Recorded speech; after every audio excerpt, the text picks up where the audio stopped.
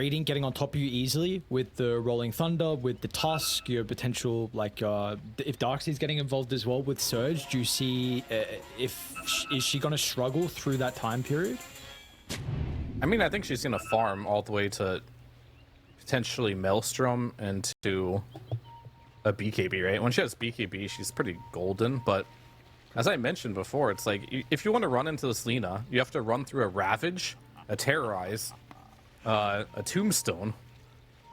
You know what I mean? Like, running into this Lina is not going to be an easy task. They have lots of things you don't want to run through. Brambles you have to run through too, so this Lina is well protected. And eventually it's also potentially the Tombstone save as well from Milish, and if you the telekinesis as well with the Ag Shard, I believe, for Almisho still, so we'll see. They also have their own defensive toolkit to help keep Tai Lung healthy and alive. Yeah, I mean, it looks good. It looks really good. And I so far have been favoring the teams that have like the better toolkit going into the late game. I have felt this way for a long time in Dota. And a little bit of damage to PP, but he's just going to walk up and take the rune. As Tai Lung, he doesn't stun him there. He decides he does not want that ability in the laning stage. Not worth it. And I tend to agree. It's very risky to get Light Strike Array. It's either you crush the lane because you got it, or you don't get enough work done and you wish you didn't skill it.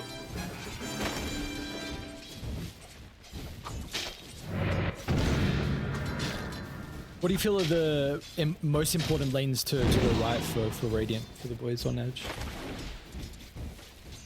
For Edge, obviously any lane versus Undying is always risky. So I think the Drow has to have a good lane.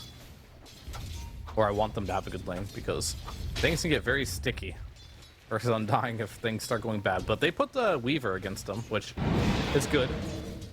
This is a hero that, you know, Tombstone is not going to do anything to you. However, Weaver cannot trade with Dark Willow whatsoever, as Moose is just bullying him. That's interesting too, as Moose is playing in the offlane this game, even though he is technically the 5 on this team. El Misha will be in the safe lane with the Hector Tidehunter. Hector died. Plankton Eater as the facet for Hector. This is the one that we see the Tide carries go for, if I remember correctly. Yeah. This is the one that scales better.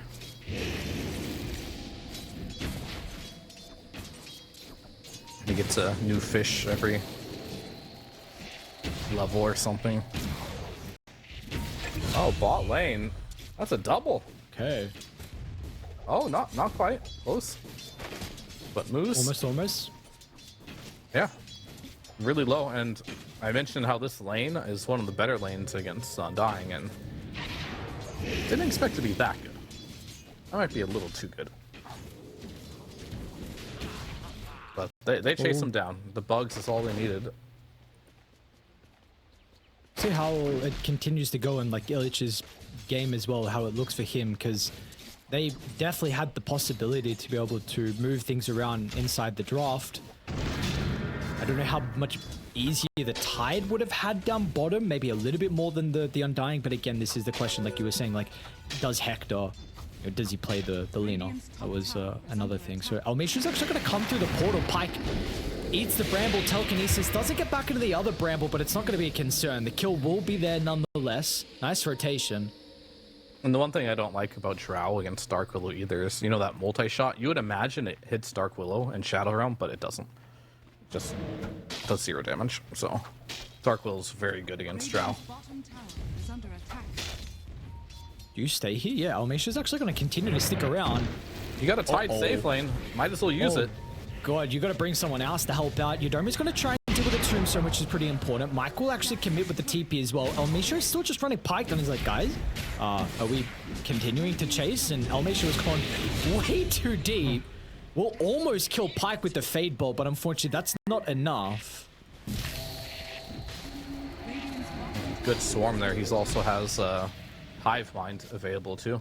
So a little bit of EXP there. And he went for the 1-1-1 build, which I'm glad he did. It's very tempting to get extra points in your Q so you can spam it more, lower cooldown, but the extra point in Geminate attack does so much damage.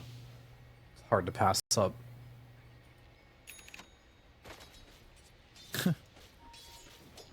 He's having a difficult time to get the Senshu. Oh, he just stole a water rune away from PP, who honestly is doing well mid lane. Yeah. Lina is a pretty suppressive mid laner, so to be able to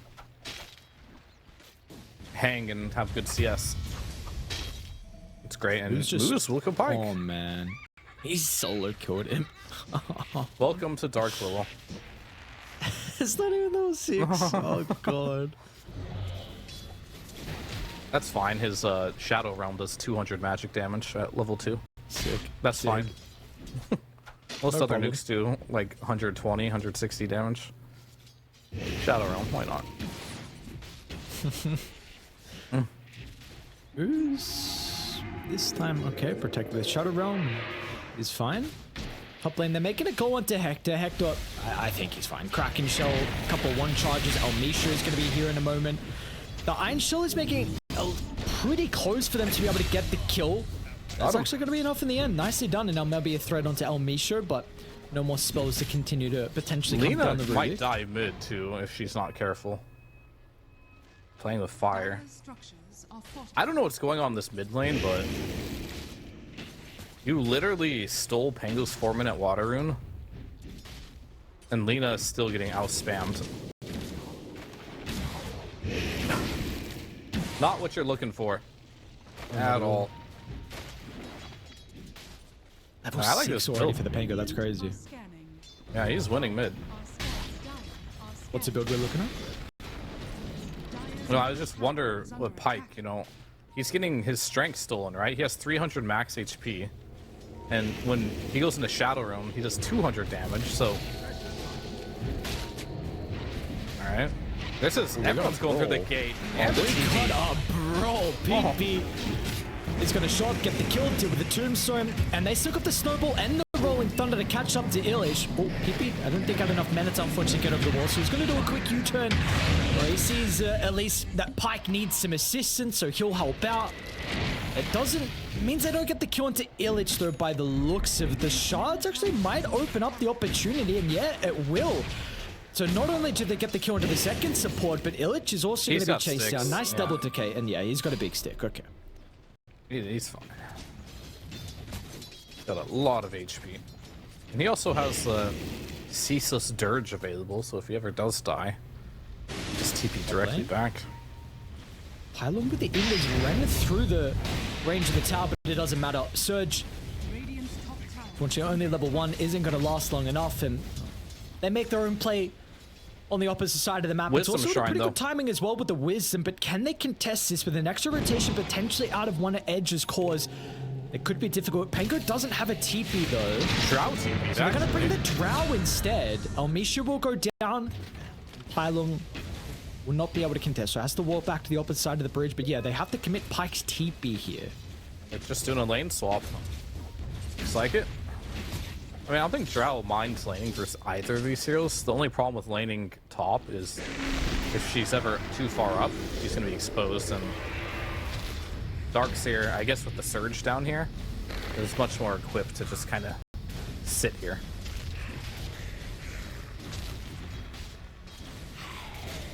Farm little zombies, you know. Ion Shell, spam the wave out. He's chilling. Well, I actually like this lane swap a little bit because I think it's getting a little rough for Pike to stay down here.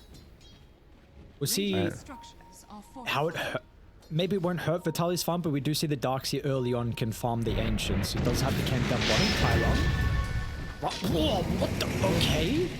Michael just evaporated from the screen, but he's also going to be chased down. PP misses onto Elmisha, but still should be able to catch up nonetheless. And Pike has to try and get the Dark Willow out of his face. All right.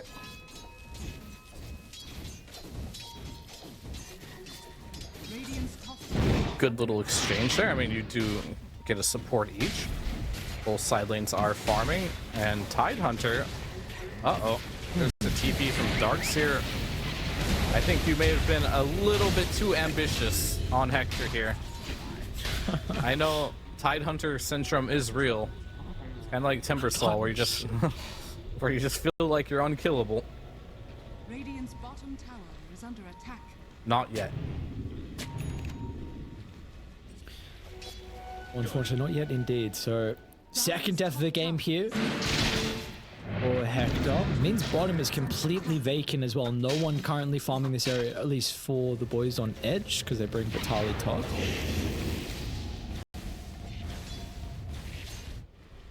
And the cool thing about Weaver this game is, like, a Vessel's pretty value against a hero like Dirge that's so tanky and hard to kill. It'll help a lot to bring him down, and he's just a natural Vessel buyer. Not so good versus Tide, though, I guess. That dispel is quite annoying. But the bugs are good versus Tide. He can't dispel those.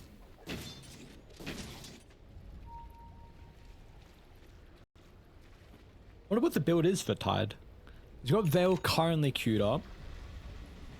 I don't know what he goes, honestly. Corrosion and Veil, is that what it is? I mean, he currently has Mage Slayer and Veil. What Mage? Okay.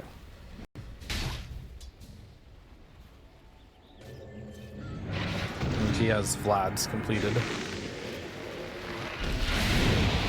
Rambling in the stun? Tries to... Very close, Michael, getting in range. Probably would have died afterwards, but the Laguna was still up. Snowball connected, so Tylung snags the region, gets a kill. Maybe going to continue to put some pressure on with the support sticking nearby.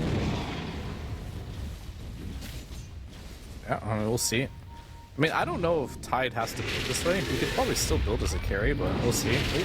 You know, Michael didn't press the smoke. He wanted the magic wand instead. He'll die. Misha as well with Pack showing up. Nice rotation. The Drow's getting pretty active here. 225 of the 7 out of the 10 kills. Yeah, I mean, Drow doesn't feel like she has much of a lane, though. Solo killed by PP by the looks of it.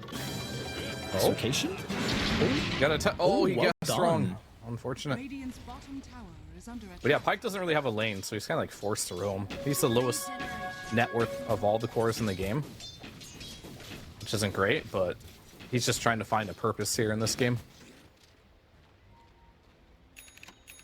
And Drow is definitely one of those heroes that doesn't farm very quickly until you get your ultimate, but she's level 7. She's fine now. I'm still very salty that it's a Drow meta, and I don't have the Arcana. Sorry, mate. What can you do? I'm just not gonna play Drow. You know, I'm upset. See, I'll make sure. I'll support. I was the same with the. I've been playing a lot of Earthshaker, and I don't have the Arcana, and I just look at my Earthshaker. It just looks so shit. I just see other people's Arcana, and I want to steal it somehow. Oh my God! I hope they bring it back. You know, please. Like, this is by far the best Drow skin, but unless you had it when it was out, can't get it anymore. Are there any others that you think that you want as well? For a Drow? Or no? No, just in general.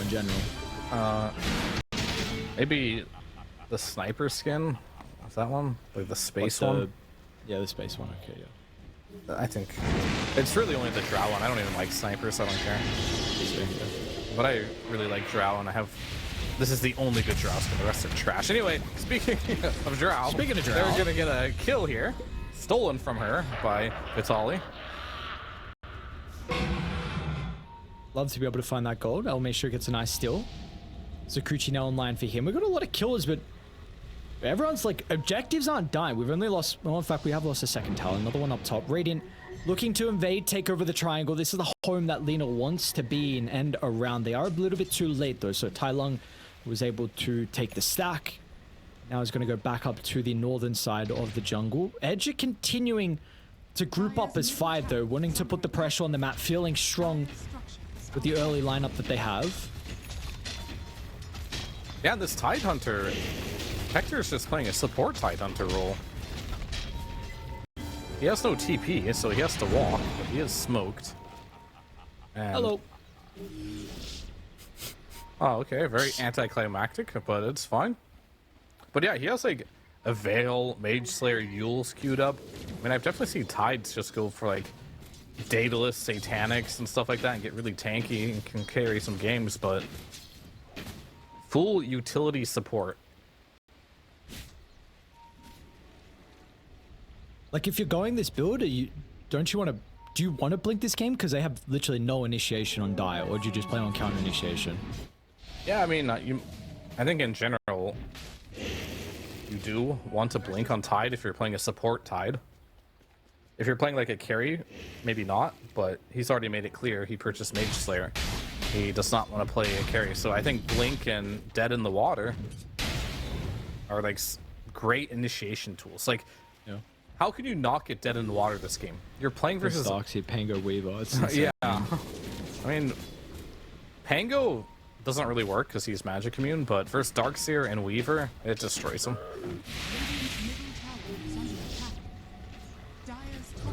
Okay, another siege coming through from Edge.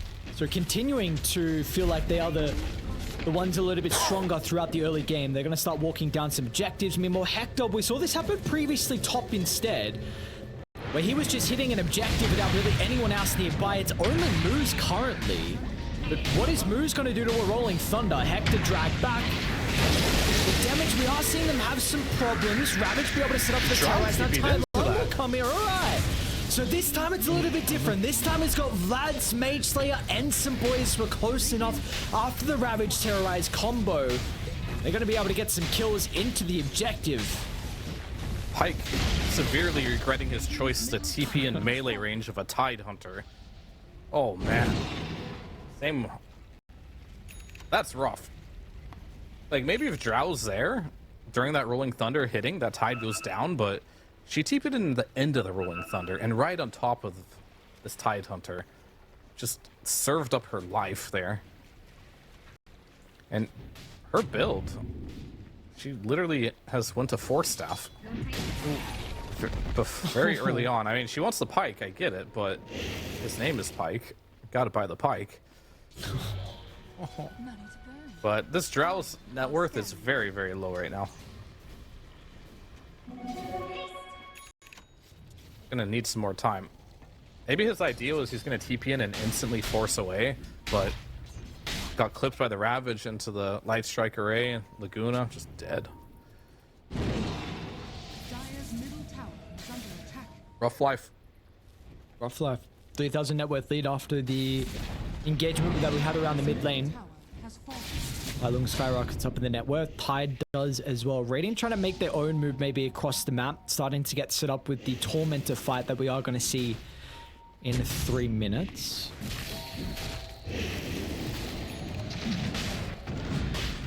I mean, the problem I have with the lineup of Radiant right now is that taking fights is really hard. As I mentioned, you saw that Darkseer, right? He vacuum walled the Tide Hunter. Like, what does that do? Oh no. Speaking of the Darkseer. Good bramble. But okay. The Crimson, that's actually enough. Oh, nice try, Almisha. Top lane, Illish as well. Oh, it's actually running after. Okay. I mean, Crimson, he himself has one. They got some tanky boys on Dire. Tombstone's gonna get dropped down as well, at least before he dies. Terrorize misses on both. Pike, Almisha stolen Rolling Thunder, but he's actually a little bit hesitant about continuing to push on forward. Alright, it's a good kill. It's also leaving space for Darkseer to farm bottom, but yeah, the Crimson Guards are online for both offlaners. Makes a lot of sense. The Weaver, yeah, with no time lapse, you're just dead there. Saw an opportunity for a triple swarm. He wanted the XP. Sorry, buddy. Sorry, buddy, indeed.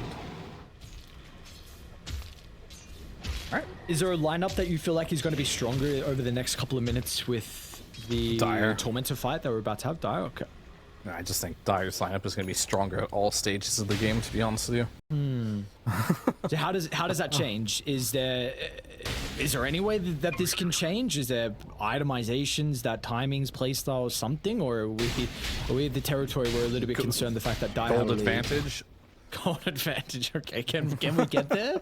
Can they win a fight to get there? I don't know. What do they need to get the gold advantage? Because they need to win at least a fight to not get run over. Yeah, I mean, you need to get a pick, I think. You just have to play off mistakes, right? You've got some relatively slow heroes and like Tide Undying, Lina. They're not going to really chase you down. But the real question is, do you have the damage to kill them? That's what they're truly missing. But yeah, they just need gold. They need lots of items on Pyke specifically to be able to take down these tanky boys. But as I mentioned before, Drow's damage output, it's pretty mid, you know? It's not great unless you're versus an agility hero. Sure, it lanes well versus strength tanky boys, but you actually don't do that much damage to them. I mean, the Aghanims is fine though, but... Don't on the high ground. Ember's going to be able to connect. They should have the burst without a doubt. And a kill will lead them back into the Roche pit.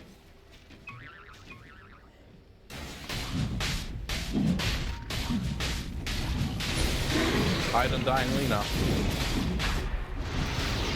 I mean, they obviously have to kill this Lina first somehow. And Tusk. I mean, the supports are just kind of bleeding out here. Yeah, they scanned and it went red, and I'm so surprised they thought they could take the fight. I'm hearing a rolling thunder as well. It's Elmisho's okay. Yeah. Oh, he's just got the backline. So Pyke was in a little bit of danger. Elmisho's going to do his best to try and catch her. Won't be able to do so. Michael will finally go down. So that's a person they started on previously. We'll finish the kill and now also try and catch up to Roche to the other side. The zombies are chasing him down. Alright, well, it's a slow Roche, but look at it. Yeah, this is just the line of discrepancy. You have one team that has like a turret hero and Lina, the other one has the same, but it's a support cast, man. Like, if you put Drow on OG.LATAM's team and Lina on the other team, it wouldn't really change anything to me. I'd still think that the Dire lineup is just much better. It's much more equipped to have a hero like Lina or Drow, these backline heroes. Because who's going to frontline? Or this Drow? Like, Tusk is good at saving heroes, but Drow is not a hero that likes to be saved in a snowball. Really? And they're going to try going on a They got the damage at the moment is actually going to be enough for them to get the kills. But the tag team and help at PP. Just will go down, but instant respawn with the Ceaseless Dirge. And Yules, okay. Yules. I mean, why do they need Yules? I guess there's Darkseer, it's the cheapest spell you can buy. Use some mana, and they found Pango. And he's gone. And they found Tusk, but Shield Crash is the stolen spell. This Good enough. Rubik set. Is he also waving his hands? Is it bugged or is this actually... It's bugged, right? Surely this is not actually... It's gotta be bugged. I don't know. I honestly just don't know. This is just sad. It's gotta be bugged. I mean, is it though? Oh yeah, it's bugged. It's bugged. Yeah. Okay, because I just checked the set through another source, and it's not waving its hands like that. I mean, there's hands there, but they're not waving. Oh, they're on the drought. Pyke tries his best to get down to below ground, close to the tally with the Crimson Pipe activated. Yeah. Dire's middle tower is under attack. Keeping them alive, very important. But you got to get to a point where Pyke can actually hit heroes. And that's what I mean. Oh, okay. Fight top. They're gonna come through the portal. Let's see if they're gonna get there in time, though. Hector with the Ravage once again is good. They're onto Lina, doing their best to disrupt some of the damage from Tai Lung. Charge away to the north. Stolen Surge will help get some separation. They'll deal with Elmisho's Rubik, but what have they got left? It seems like nothing. They'll disengage over the west, but Hector's nothing to fear. This guy is absolutely unkillable. Nice Force gets him out of the LSA range, but they will close the distance. Moose is going to be here with a couple of seconds of the spells. Your Scepter will stop the escape. Crimson's there from Vitali. A buyback as well. Now, have they gone a bit too far? Any TP cancels, there is one. Michael will stop Illich at the buzzer. Sitting Undying will go down. Tries to bring Michael into the grave with him, but will not be able to do so. But that took them so long. It took them the hope of them diving past a tier 2, almost to a tier 3 tower, for them to even just get one kill. Yeah, I mean, it was a bit overextended, right? Lina could not join the situation where the Undying was at there, so bit of an overextension, but they do get a kill out of it, so that is good. And that's what Pyke needed. Unfortunately, it did cost a buyback from Didomi. So these long fights where Pyke can kind of like sit safely, in this case, it's in his base, right? But I'm afraid for the fights that are outside the base, will he be able to still get right clicks off? Because that proves to be a little more difficult as the game goes on. He is up to Aghanims. He does have a Pyke. This is the basic toolkit for most Drows right now. Helps you farm, does more damage. Pretty good. There's still a long road ahead for a comeback. It's only 4,000, but still feeling the status of this game. OG.LATAM ages another 50 seconds, another tower push. They're actually going to try and tip in to defend, and Dire will respect that. Tide's actually going BKB next. Tanking up. No blink will be had in this game. Every ward possible to take the high ground. Michael's going to eat the combo. Bedlam should be enough for this instance of Tai Lung. And Tai Lung, he got an Aegis, right? And he decided, I don't need to BKB this game. He's like, Aegis will protect me, my big beefy boys in the front line. From the Tide Undying, it should be enough. Going straight in for a Daedalus. Just kidding, he queued up for BKB. I'm very glad to see that, because I think the Daedalus would have been completely unnecessary. And a BKB is definitely necessary. But Aegis just went out. He doesn't have a BKB. His quarter's dead for 25. But how do you get to him? You got to get past Hector first if you want to get to Tai Lung. You know what this feels like? It feels like Illich and Hector are just like the bodyguards, you know? Yeah. You got to get past the bouncers if you want to get to the Tai Lung. That's not an easy task at all. No, what a I feel like it's back-to-back games that are very frustrating, but for different reasons. Yeah. I mean, that's what getting outpicked feels like, to be honest with you. Yeah, sure. They're trying, though. We are seeing Edge continuing to make attempts. BKB online. Not a bad job. They got past the bodyguards. Is it going to work out this time? It looks like it will. Tai Lung, no way. They're going to kill him, please. Someone finish the kill. They will do so now. Pyke goes down as well. Do OG want to go in though? Because Illich is in the middle with the tombstone. They're all slowed inside the river. Stolen wall as well. And the terrorize all the spell casting from the supports. You didn't have the Lina inside the team fight, but it wasn't a concern. Moves with the assistance of El Nisho, able to run down the Pangolier. Hector's got the dead in the water. To double for Illich. No Lina, no problem. That's so unlucky. They saw the Lina there. She didn't have BKB. But the moment they initiated on the Lina, the BKB arrived. Like, she didn't even have that BKB in her inventory for more than 1 second before she used it. So their read was like, Lina, no BKB, let's go. And then the BKB gets delivered the same second as that fight breaks out. And that gives enough time for Lina to get all her spells off and absolutely delete the Drought Ranger. If Lina dies there without getting BKB off, that's a completely different fight. Like, Pyke is going to kill everyone, I think. Unlucky, as they call it. Very unlucky. Unlucky. Again, even with the outcome of that team fight, once again, not going their way from Edge. I mean, I'm impressed continuing to see them with the deficit making plays, and the plays are almost connecting and almost working, but unfortunately get a little bit unlucky with the BKB timing from Tai Lung, and is now getting closer towards the Daedalus. Arcane Rune's going to be given over to him as well. Would you also look to just go for another siege down bottom? You still have this high ground observer. Do you want to use it? They are starting to ping out the area, but maybe for a kill into PP for the with the wave.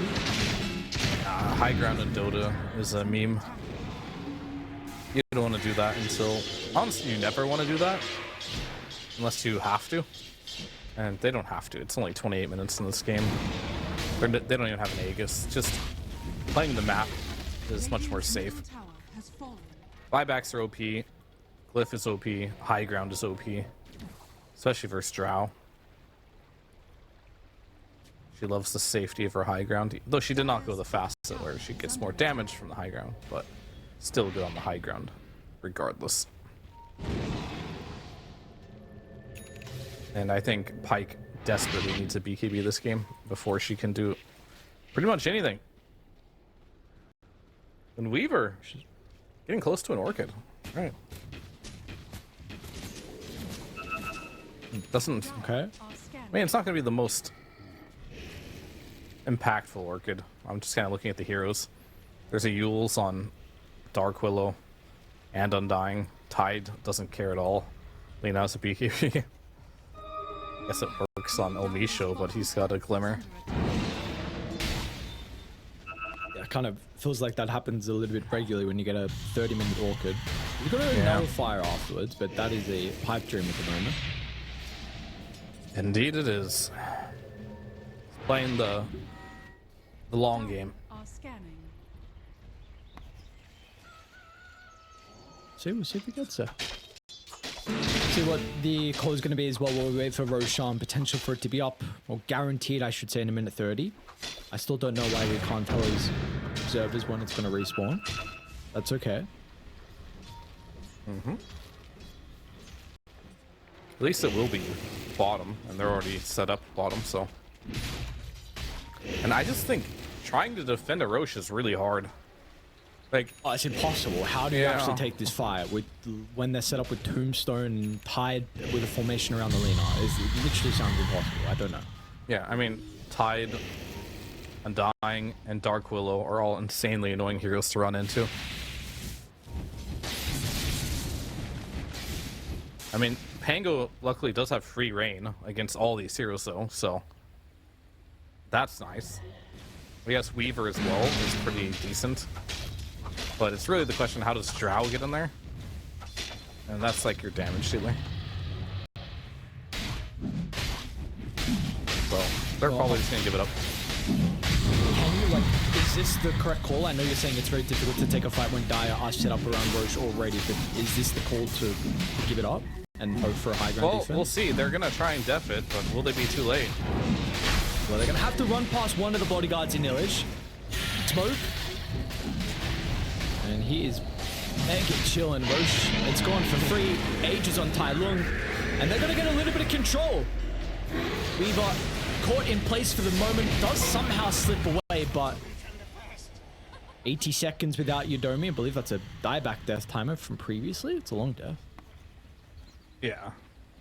He did buyback earlier in the fights and hasn't died since now, so. I mean, at least he gets that timer rolling right now. Instead of a more critical time. So he's dead for a bit, and we're just chilling on OG.LATAM. You don't really have to do anything this game. Your scale is fine. As long as you keep building your net worth, you're in no rush whatsoever. You can just wait to the point where, yeah, you can high ground with a tombstone if you want. Or you can just keep on farming, and maybe this is the item they're looking for on top of the Undying. He has Shard queued up. Once you have that Shard, killing heroes is going to be even harder. If they also see the rune, it's going to be an amp damage. So sounds like you can force it with amp damage and the shard on the Undying. Yeah, and unfortunately, they're going to give a shard. Look at that. He had shard queued up, and he just got it for free. Now he just gets a Ghost Scepter, I guess. Dire's middle tower is under attack. So Magnums is online for him too. Yeah, I mean, it just increases your strength steals. Right? I mean, that's fine. They're gonna try. So PP was able to snag the amp damage. But look for This the has to work. wraparound. If they lose this they fight, know. it's Look at gonna be- Elite, they're pinging. A solid read from them. They're gonna try and do their best. Oh, PP with the shots. Oh no, he got blocked as well. He'll now get the U-turn back around. But the initiation was a little bit awkward. And they're gonna lose PP by the looks of it to the left side. Tai Lung, just way too much raw physical damage with the Daedalus. Yep. And Ty just walks into Drow, and Drow's just like, yep, can't deal with you. I'm gonna go ahead and leave.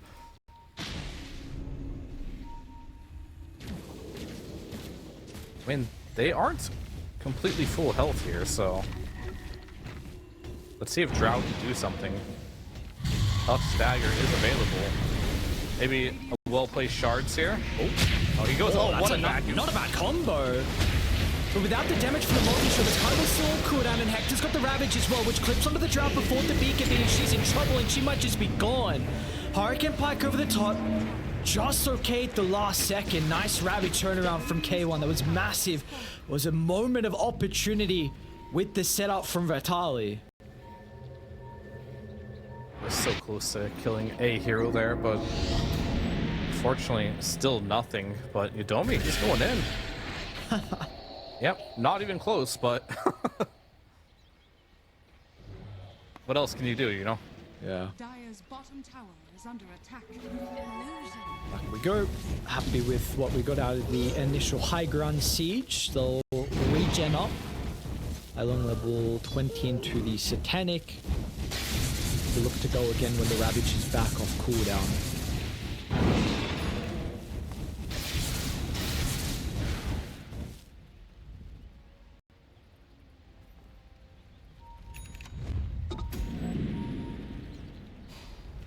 Very methodical game here by OG.LATAM. All they really have to do is just keep resetting and going when they have cooldowns, and should be a walk in the park. Selena is just so farmed. They might even go without Ravage just because they have a minute left on Aegis. And apparently is the call. Tara going once again. Who's going to be able to make the chaos happen for Vitali's vacuum like we saw previously? Well, he's just going to try and go for the two-man vacuum. Tide good down to half health. A decent amount of damage onto Hector, but the defensive telekinesis gets him out of trouble. I think that's probably going to be it, right? You got 30 seconds Aegis. Do you want to... Maybe you can get the... I suppose you can just get the racks. What are they going to do to stop you? Vacuum Waller down? Question is, do you want to try and make an initiation in 15 seconds, right when this Aegis expires? They're going to back off. Very disciplined play from OG.LATAM. I really like how they're playing this game. Impressive. Yeah. Impressing. Indeed, 20,000 net worth lead. Not a slip up so far from them. Very disciplined.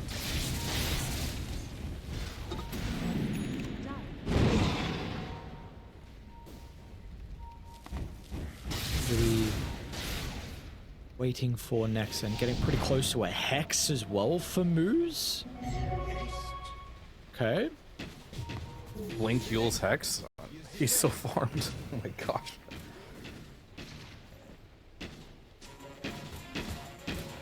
He's farmed. El Misho's also farmed too. Definitely helps with some of the abilities that he's able to steal this game. It just... Like we said this earlier, but what are you going to do ever with the bodyguards and then also the saves that you have? The Tombstone with just sort of the telekinesis then in that instance. Well, what a tough as one. we've seen so far, absolutely nothing, and you're just going to continuously keep losing your base and net worth. I mean, if I'm in this game, you're just sitting high ground hoping that they make a mistake. Drow's going to continuously get items.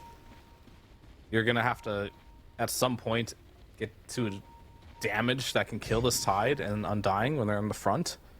There's no way you're getting to this Lina. It's just not happening. And if you are getting to this Lina, it's Pango, and you're probably dead before you get there.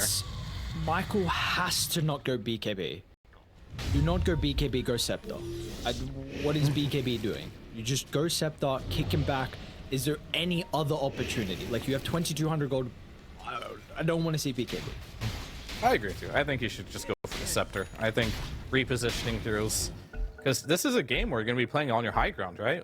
Ags is one of the most valuable items on Tusk for defending your high ground.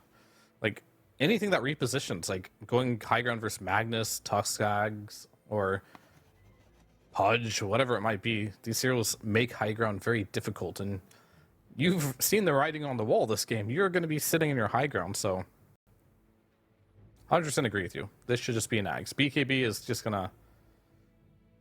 You're just gonna die, feed anyway. Yeah, you're gonna die.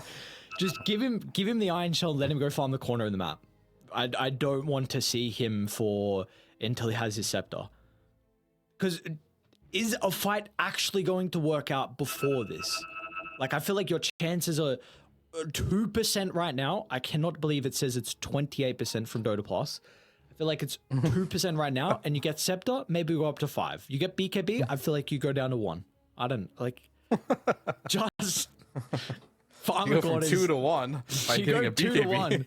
Yes, it doesn't increase because then you just lost all your gold, and now you never get a scepter. Yeah. I mean, I agree. I think the scepter is very high value, but you know, he hasn't decided yet. He still might get the items. He's got the greedy enchantment as well. Like, he'll get it. Put him in the corner with the shell. Give him a couple minutes. He'll get it. All right. But first, there might be some type of and skirmish here. You don't want Hector. You don't want Illic. Kind of want Lena, but how do you get there? And if you do now, she's just going to be saved, and she also has Satanic, and Hector's actually just running at you. Do you even want Lena? Yeah, she has Satanic, Shield Rune, BKB. It has to be like Rubik and... But are you going to kill the supports? Because they have like Glimmer, Yules, and Willow has Shadow Realm and Yules. I don't know who you kill. I think you can kill Undying if he's stunned. Maybe. Because he has the save, right? The base within the Undying? Whoa! There you go. Okay. It was much faster than I expected. And he's not that tanky. BP? Like, the Ags is a weird choice by him because it doesn't really make him tankier until he gets, like, multiple decays off. And the instant respawn. That was roll used, by the way, so if you're gonna use roll and wall, we're just gonna go. The ceaseless dirge. Please don't die, Michael. He needs his gold. They glyphed it. Huh? I guess first melee, they'll get the... Yeah, but shouldn't you save that for, you know, one of your tier 3s? Wow, alright, whatever. But it resets. Oh, okay. Oh, the first, okay, you're right, alright. After you kill the melee barracks, it resets for the first time. For some reason, I thought they killed top lane already, but they have not. They might go do that now, though. Yeah, I think they might. Like, you still have your cooldowns. Looking at Michael. It's up to, what's the gold count? They're running at Hector. Oh, I don't know. If we're going back for a very late yours on Hector, so yours potentially into a Wind Waker if this is what he wants later on. He's probably selling the Vlads now. Yeah, I mean, Yules is an interesting choice. I wonder why he's going Yules instead of getting, I don't know, like an AC or something, get even more tanky, more armor for Drow and Weaver. He just doesn't trust the Rubik and Undying. It's a little bit, that's a little bit fucked up, to be honest. Like, come on, bro. We're teammates. Like, are we not trusting our support people? Yeah. I mean, I'd get rid of the Mage Slayer and just go for... So, Mage Slayer and Vlad's, in my opinion, should just turn into Satanic and crit Daedalus. Just be the carry. I see, okay. Yeah, but he's also enjoying walking around like no one can touch him. That probably still happens with critting. I mean, Satanic, the other one is, definitely. yeah. Well, yes, Satanic if- is yeah. very good on Tide.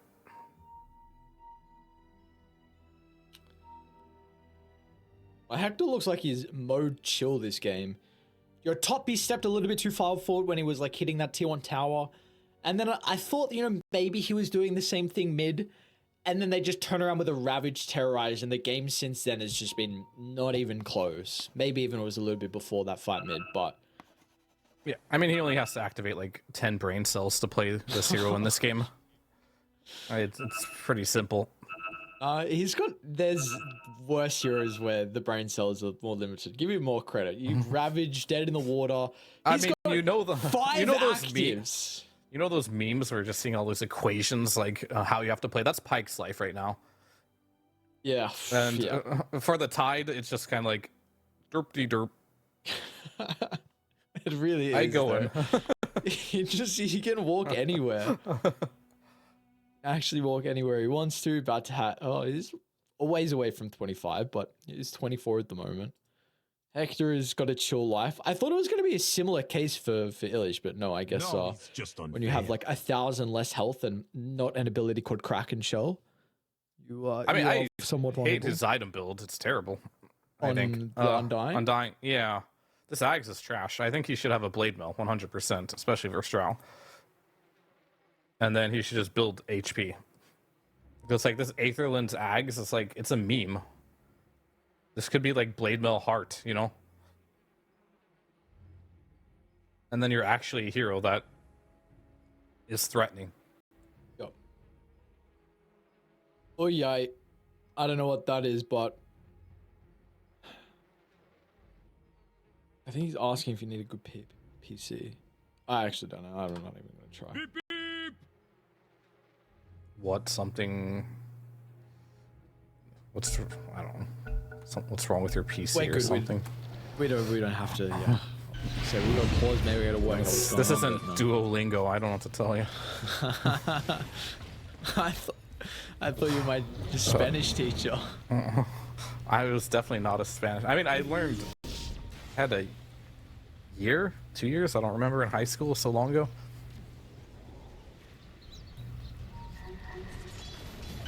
$40 years ago when I was in high school. Yeah. 40 years. Yeah, that's old man fear. Yeah. Here we go. We're supposed to walk it down. Third one, right? Yeah, we got Refresher, Cheese, Banner, and Aegis. Refresher, Hector. Have that one, my friend. Aegis onto Tai Lung. No surprises there. Have we got Scepter on Michael? We can, if he buys out, and he does. Or at least for the point boost, so probably buy the full thing. Hopefully he doesn't lose his choreo. Sure.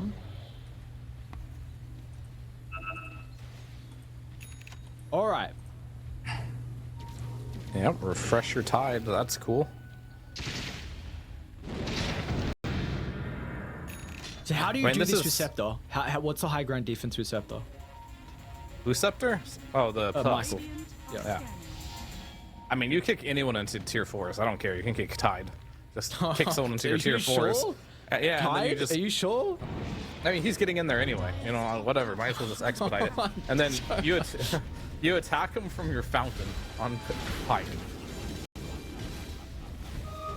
I think this game ends faster if you kick him one of the tier 4s. Let's see. They're pinging it. got a Alright, silver we'll edge. find out now. We're gonna... Okay, maybe with the break, actually. A possibility, but it's got yours. And can activate Beacon afterwards, so the Scepter reveal goes awry. And with that last hope, they're gonna be in some trouble here. They'll push him out of the base, look to reset the formation. Okay. I mean, ideally, Pike isn't in melee range of where he lands, but... Can't win them all. Radiant's middle barracks has fallen. That's the calculations. He's doing too many. Yeah. Well, they're running out of base. This game is just like boring just because OG.LATAM's playing so well. which is a good type of point.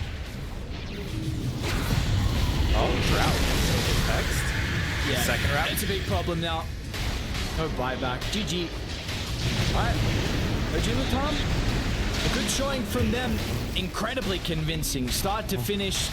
A clean performance. Supports do it all. The cores do it all as well. We got some buybacks, but you lose moves. Bit of a streak, but mega creeps. And a impossible defense 4v5 without your damage from the Drow. We're gonna try Let's it. take that kick back. Oh. Get it? Okay. Back. Not far enough, unfortunately, inside the base. He's got Elmishu's big vacuum's going to damage. be a little bit better. And if required, Hector has a freshly completed Wind Wake Up. Let's go Fountain Dive. Ooh, Hector's going to respect. Another kick in. This is what they were needing, but you're going to need and a couple more members and a couple more important ones as well. OG.LATAM. They're going to strike first in our final series of the night. A very good showing from them. No GG just yet. Edge. They're playing to the end. Beaver's got buyback. Lena will fall soon. She has her Mjolnir backpack for some reason. Eat an empty Maelstrom? slot, it's okay. Yeah. Put your Maelstrom in or no? Just doesn't care. Brain That's off. fine. Code right click thrown. Alright. Like it is as clear in the second game, or is it much closer? It's definitely closer, but I'm curious. This Abaddon can do a lot of work. No, I'm just gonna say it's definitely not as bad as game one, right? We'll say that for sure. But I kind of like what OG.LATAM has going again. However, you have a more rounded lineup now. I mean, Naga is super good with Lena throughout the entirety of the game. This DP, I don't know if I love it yet. I mean, I like it in some games. We'll have to see how it does mid lane. If it can punish the Tiny, then sure. All for it. But yeah, they have team fight though. Like that DP, Magnus. Uh-oh, but you might have to skill illusions here. Ooh, Oh no. got some boys playing with him. You know he's actually going to run at him. He feels strong. He's all right. He's got some teammates backing him up. Either side's posturing, like, just right-clicking, maybe chucking our spell hero there, but no one actually really falls that low. So you know, a little bit of a tease, but no one's going to die. And there's some concerns with the early game movements from Dire with having like a very cooldown heavy lineup in the like RP and EXO, and like Lena can't really do that. Sure, you can make plays when EXO is up to take objectives, but you're without that. I mean, you see Radiant, you're gonna have Blink on Tiny, Mag is Blink mid, on right? Axe. Okay. Well, Mag will probably rush Blink, so that does speed things up a little bit. You should have it fairly quickly. So yeah, I mean, it's gonna be a very active Mag. It's not gonna be one of those farming Mags. He's gonna get an early Blink, and he's gonna have to make some stuff happen with that.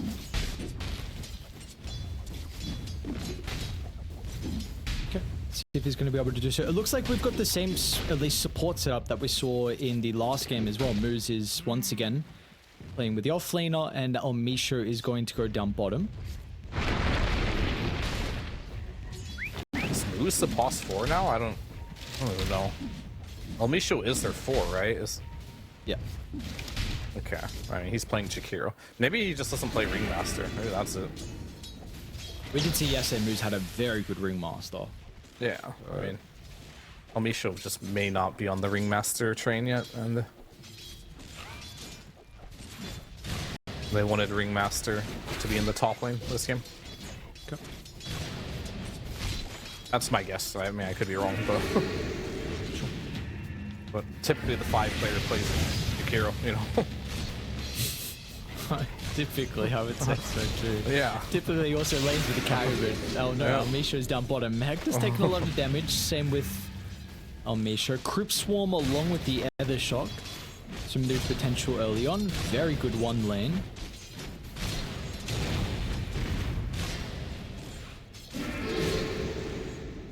I mean, the lane will get a little hard when DP gets level 3.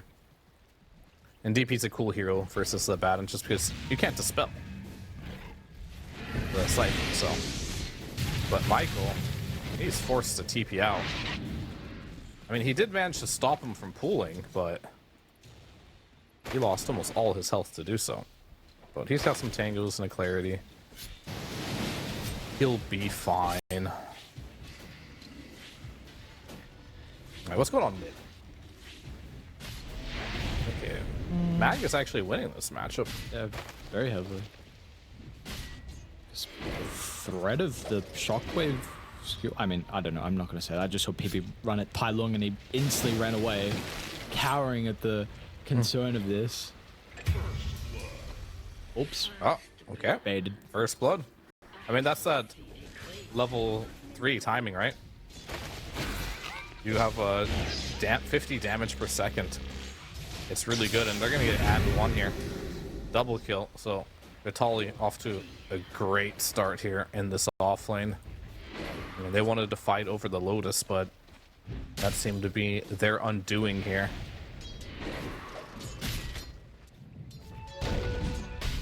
And to speak about the last other lane, well, we have a moment. We're already seeing Illich starting to drag the wave.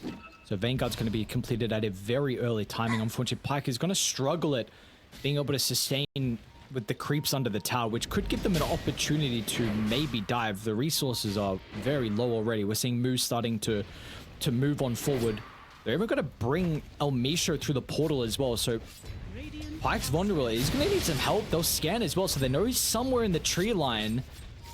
Pops out, dodges once, but runs into El Misho, and yep, he is dead indeed. So they're going to need to come up to us with a solution pretty quickly on how you deal with Illich's wave pulling, because we already just saw that, you know, Pyke is taking too much damage from the creeps. I mean, the rotation there from the Jakiro, very good. I mean, it does leave Hector bottom pretty defenseless though, but I think for now, I mean, he doesn't like this at all. Who am I joking? But Lina is also not having a good time. She might die again. Oh, this is a disaster. So you were questioning like how you deal with the Lina Naga lane. Apparently this is how. Cut early on and then bring a secondary support. But try and TP the Shaman in, but your Dome is just gonna die. Illich seems unstoppable. 2 points up in the counter helix, and the Vanguard's getting delivered as well. They're just gonna go for more. They're not gonna stop. There is nothing to fear. They've got another wave to take the tower. This is looking messy already. You got some big problems in your safe lane. I mean, the only good thing going for you was that bottom lane, but you left the Shaman now, and now Hector gets the pool. Maybe you can argue the fact that Hector's hitting absolutely nothing makes that death on Lina potentially worth it, but the moment you bring that Shaman to the top lane, now Hector has some breathing room. Absolute disaster in this top lane here. Oh, Pyke is jungling level 3. Doesn't feel good. And it's crazy the difference that we see when we saw this lane yesterday. The Lina Naga looked unusable up in mid. Okay, Shaco onto the tower. Instant cancel from moves. It's not going to be enough by the looks of it to keep Tai Lung alive. Okay, that helps. Definitely helps. I mean, he's doing pretty well in this mid lane. I mean, it's funny, he has an Eternal Empower facet. He has no points in Empower. 3-0-2 even, okay. I would imagine you go for the other one if you're going to max Shockwave, but Yeah. maybe he just wants to have it for later.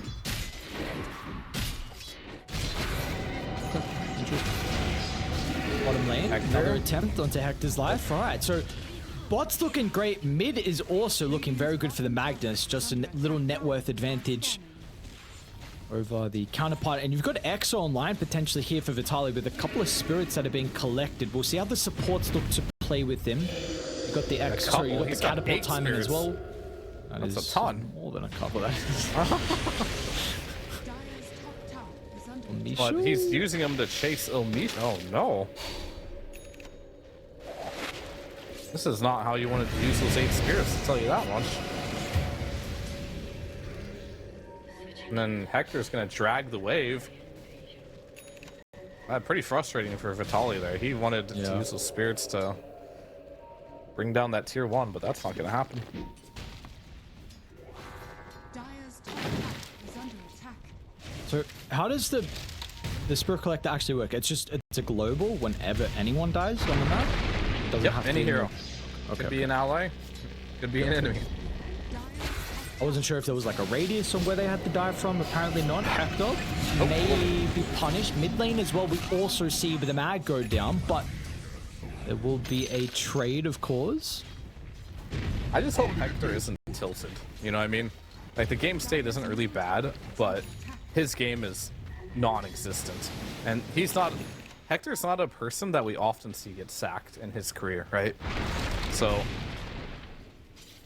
hopefully he's not tilted. Radiant's bottom So who has a better game that is sacked? The Lina or the Abaddon? Let's just press Y, and the Lina apparently has a better game. Well, yeah, but I mean as Fifi. Yeah, we get the screw in. Nice ice path. I'll make sure just on the edge. Up hit the last second to prevent the call. Fifi has to use it defensively, but that is enough to keep his life.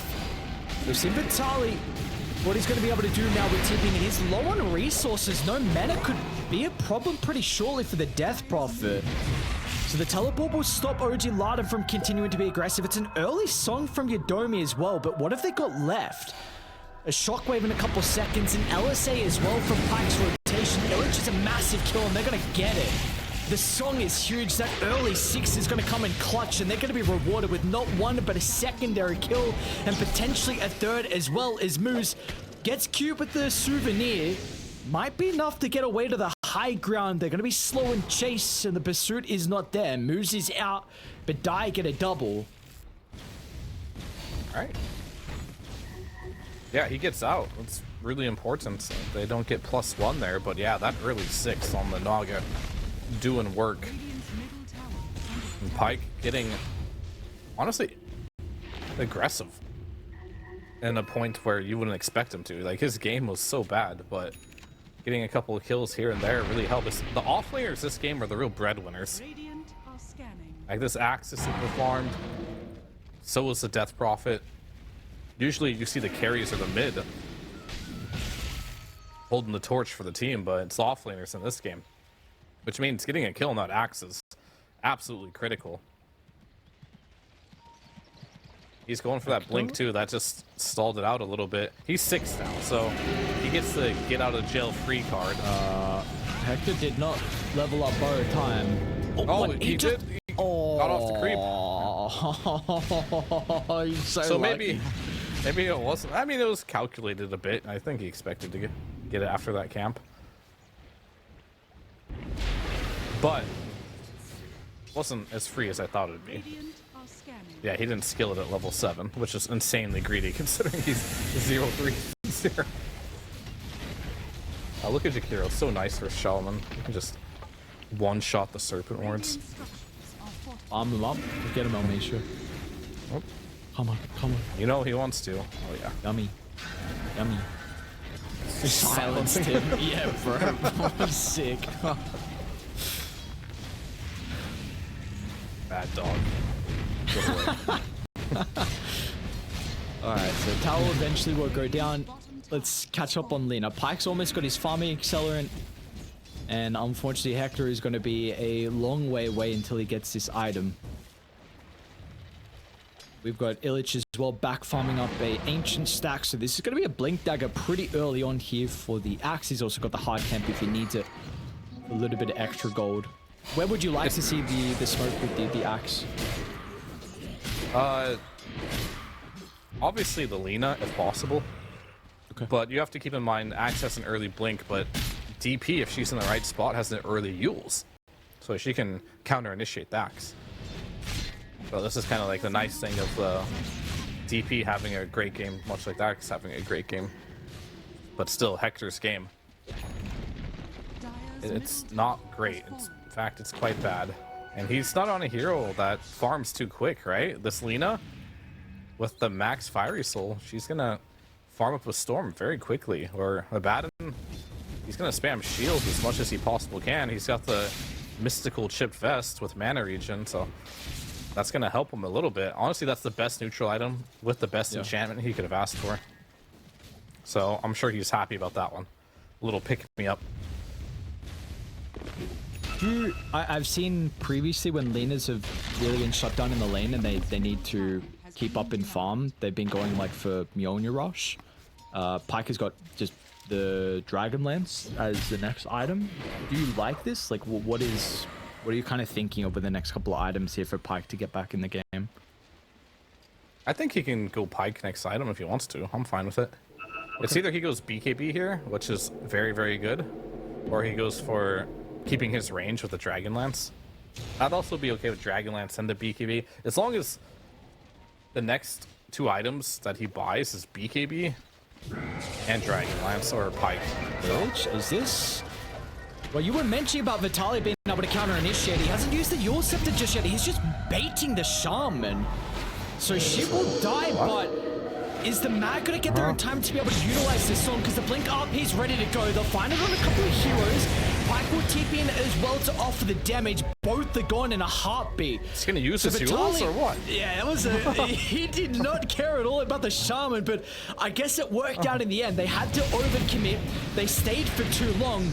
And it worked. It was, you know, maybe the Shaman's like, come on, bro, I could have lived, but would they have gotten the 3 kills in the end? Who knows? I'm all for baiting your supports so you can get more. That's such a carry handsome Michael and Moose. Alright, he's gonna tip you. I approve of that.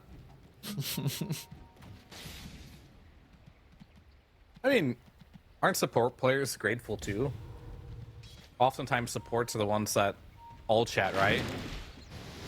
Like, you die as a support, right? Then your team wins the team fight and you do absolutely nothing and you'll tip the guy who killed you. True. That is true, that is true. It's a support life right there. Amped up. Blink. You don't want the Naga though, unfortunately. I don't know if you're going to get a better target. It's a long swing. The kill will be there with Illich. He gets a stack as well.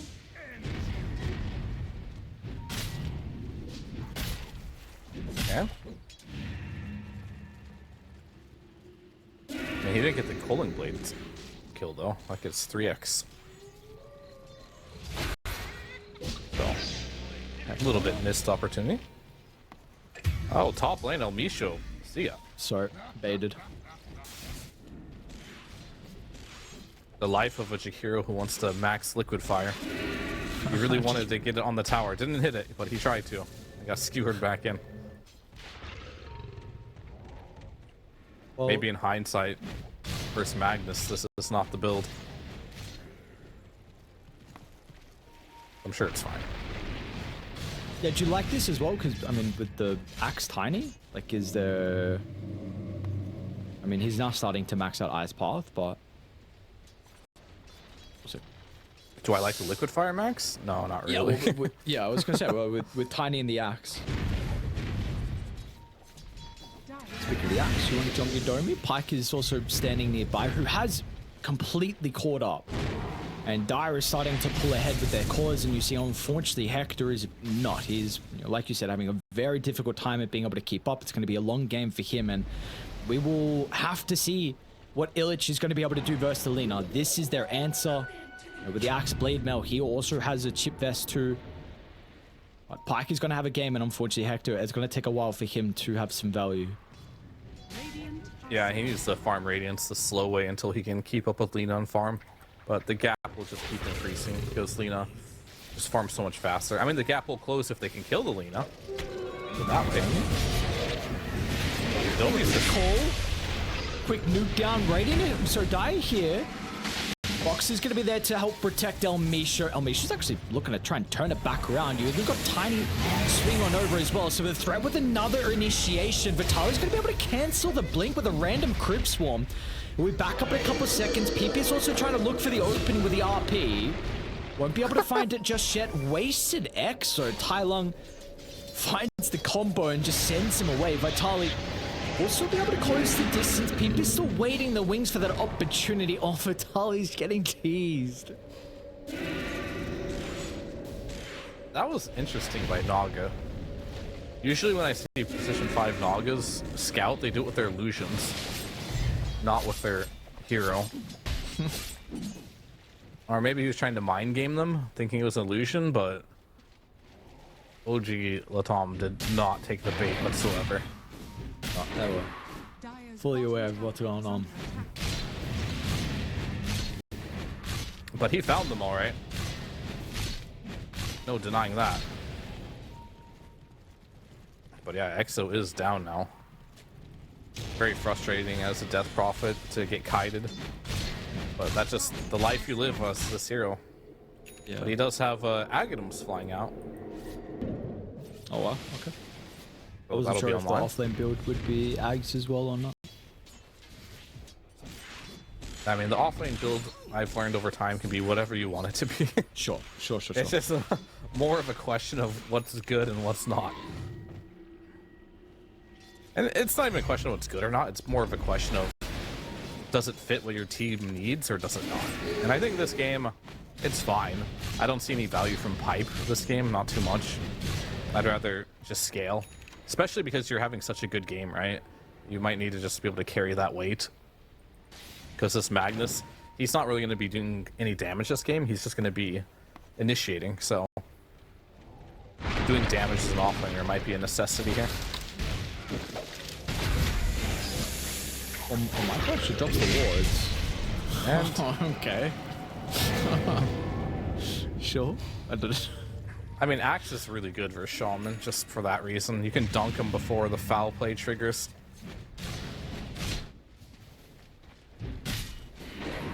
A little frustrating. But what was he doing there? I don't know. Yeah, like, was he trying to solo kill an Axe with a Vanguard Blade Mill? I don't know. I think so. Didn't work out though. So like this team, right? They're so promising, right? But they make these silly mistakes way too frequently. Like the Naga death, now the Shaman death, those are so unnecessary. These are like the type of mistakes we're just not seeing from OG.LATAM. We saw Hector have a rough laning stage, but that had nothing to do with like it being... Those aren't silly deaths, those are just... He was getting dove. There was nothing you could really do about those. Other than just AFK and not play the game. But Children, BKB... Connected to the Tormentor, and they're probably gonna have a good idea that no one's nearby with Hector. They're gonna skip. Oh, okay. Well, he had no ult. time. Yeah, still What on did he use it cooldown. on? I don't know. He's probably farming a stack with it, knowing Hector. Yeah, it probably was it, actually. He probably was farming a stack. And then he popped it for farm efficiency. That's like one of the most Hector things ever. I mean, I'd do the same thing, to be honest, but... If my option is I kill the stack with my ult or I don't kill the stack, I'm using my ult every time. Misho? He had like 10% health. You don't be just TP'd in one delusion right click and he's just dead. This game... Interesting. Does it not just look very difficult for raiding as the game continues to go on? Like, you are not playing with an Abaddon and your Lina is top net worth again off the horrible game, and it feels like if Lina doesn't carry, you're gonna have massive death profit issues. I mean, I agree, but the X factor is going to be what can Illic do? Like, this game could just flip on its head if he just solo kills a DP with Exorcism on, right? With a Blade Mill, or kills Selena as well. So, But can this hero not be countered easily with items? not really. You just BKB and Wind Waker. So your only choices. I mean, once Axe gets BKB, how are you going to counter him? Can't use him anymore. So you have to, like, press BKB. And I don't know what's wrong with Dota, but, like, maybe I'm just getting old or something, but pressing BKB against Axe is getting harder and harder, and I think I've been watching a lot of carry players also not get their BKB off outside of myself. Maybe the cast point on Call is just too fast nowadays. I think they do keep buffing it. Speaking of the Axe, Sillage. Into Laguna Blade. Michael as well is going to try and move on down. Cut him off the top position of the net worth and maybe open up Roche. Yeah, they could. It's definitely doable. But that was a very critical kill. One you definitely didn't want to give away. And I don't know, man. Like, this Tai Lung Tiny, I'm not feeling the same impact as some of the other heroes I've seen him play. But maybe it was the right choice to kind of strict his hero pool a bit.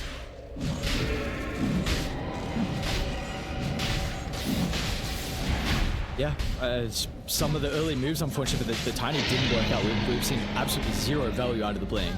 I mean, the Axe we saw some out of, but Tiny wasn't able to connect and make his work like PP, and now you're up to a 3,000 net worth lead. Pike has got the Ages. It's BKB also flying out for him.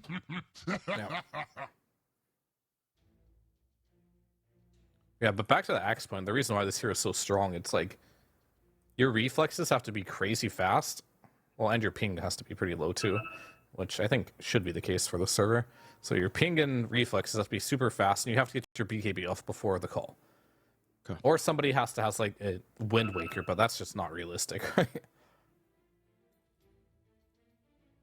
And the other thing you can do is you can Eul's the Axe, so you can't attack him anymore, but that play only works until Axe has a BKB. Once he has a BKB, you can't Eul's anymore, so you can't really itemize your way out of just Axe in general. Okay. Oh, he's gonna have to be pretty massive here for the boys on rating, because you do not have a mid laner and you do not have a carry. I mean, the net worth is not drastic at the moment. We're going to see Hector try and go Mantinex into the Blink Basher, but it really does feel like this game is starting to be put in a pretty scary position. Yeah, I definitely would agree with that. I think this Magnus is incredibly scary too. He's going for an Aghanim's next. I mean, that's the other thing that you can maybe do is maybe skewer the Axe away from the Lina, but Lina's attack range is so far. I don't know if that'll do much.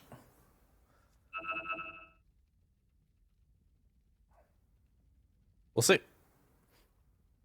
We will. Either way, it's a much better game for Edge. And to stick on the Magnus, I know we brought it up in the draft, but you have no response at all to skewer away with the Horn Toss as well. So this is literally just another free initiation, which you will get back into a Hex or an LSA. You may not even need to RP. Well, they could have a solution to it. If El Mishu gets Aether Lens, he already has the Euls, right? So if you Euls the Magnus with Aether Lens, maybe that's good. It would force Mag to have to always BKB before doing the skewer, which makes him feel a lot worse, right, for even trying. So I'd like to see him go down that route, because yeah, if he uses the Mag as he blinks in and then ice past him, he's either gonna die or he has to BKB every single time. At least puts a lot of pressure on him. This is something I completely forgot. I got Liquipedia up on my other monitor. I saw the roster moves since Dream League. I clicked on it while we're waiting.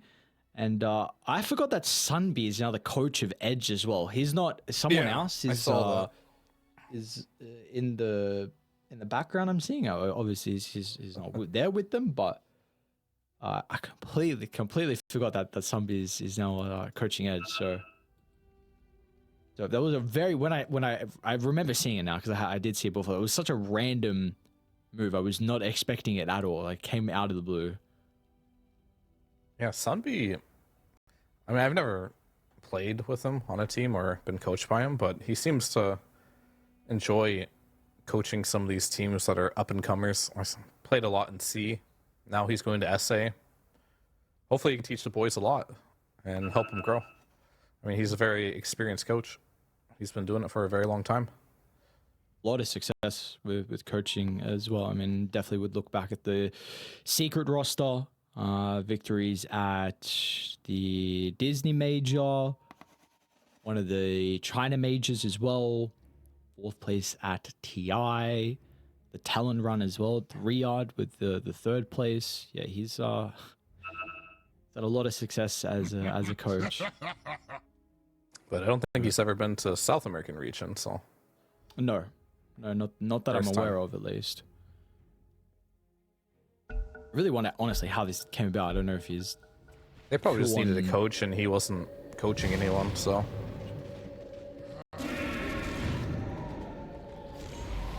Okay, we're back, ready to go.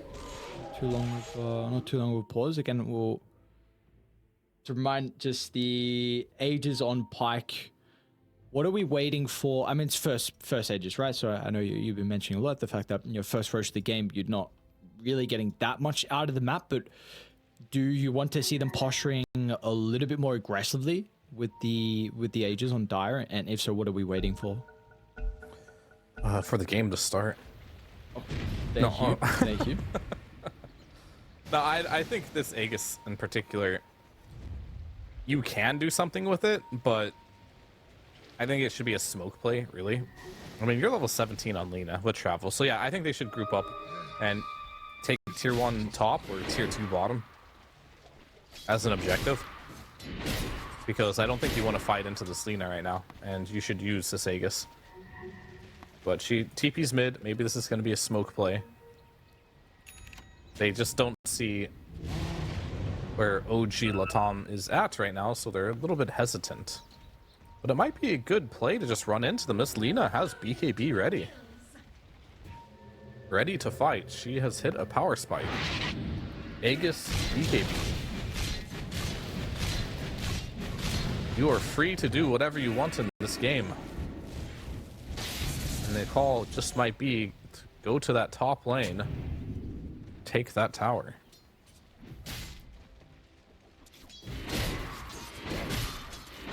So that will be the call indeed. Speaking of Sparks, another really nice one for Vitaly with the level 15 talent now. I'm kind of surprised he's not Is under attack. going Cryptstorm. Okay, did now. Radiant structures are fortified. Alright. Such a short cooldown. It's only gonna get shorter too, Yeah. as the witchcraft levels up with your hero level. What was the old passive? I don't remember. On the Death Prophet, like very, very old one. Passive? Did she have a passive? Oh right? yeah, it was called witchcraft. It was, yeah, that's what it... What did it do? Oh, well, hold that, like I said. Wanting to try and reclaim their own triangle back. Michael with a ward dropped down. Josh was able to get the blink away from Illich. It looks like El Misho's out. Pretty nice read. Reading. Everyone will make it out. Smoke did pop. It was on the high ground. They weren't there quick enough to be able to stop the axe. Still get El Misho. I remember it gave move speed, I think. Outside of that, I don't really remember. The cooldown reduction and move speed? Maybe it's the exact same. Was it cooldown? Oh, yeah. I think I remember the movement speed. I mean, for sure move speed, but maybe we could probably look it up. But I know the Dota developers nowadays are just recycling old abilities into the game. Like, you know the new Bloodseeker facet, right? It's literally called Old Blood, and it just makes the Bloodseeker's old Q back to what it used to be, where you could silence yourself or your opponent. Yeah.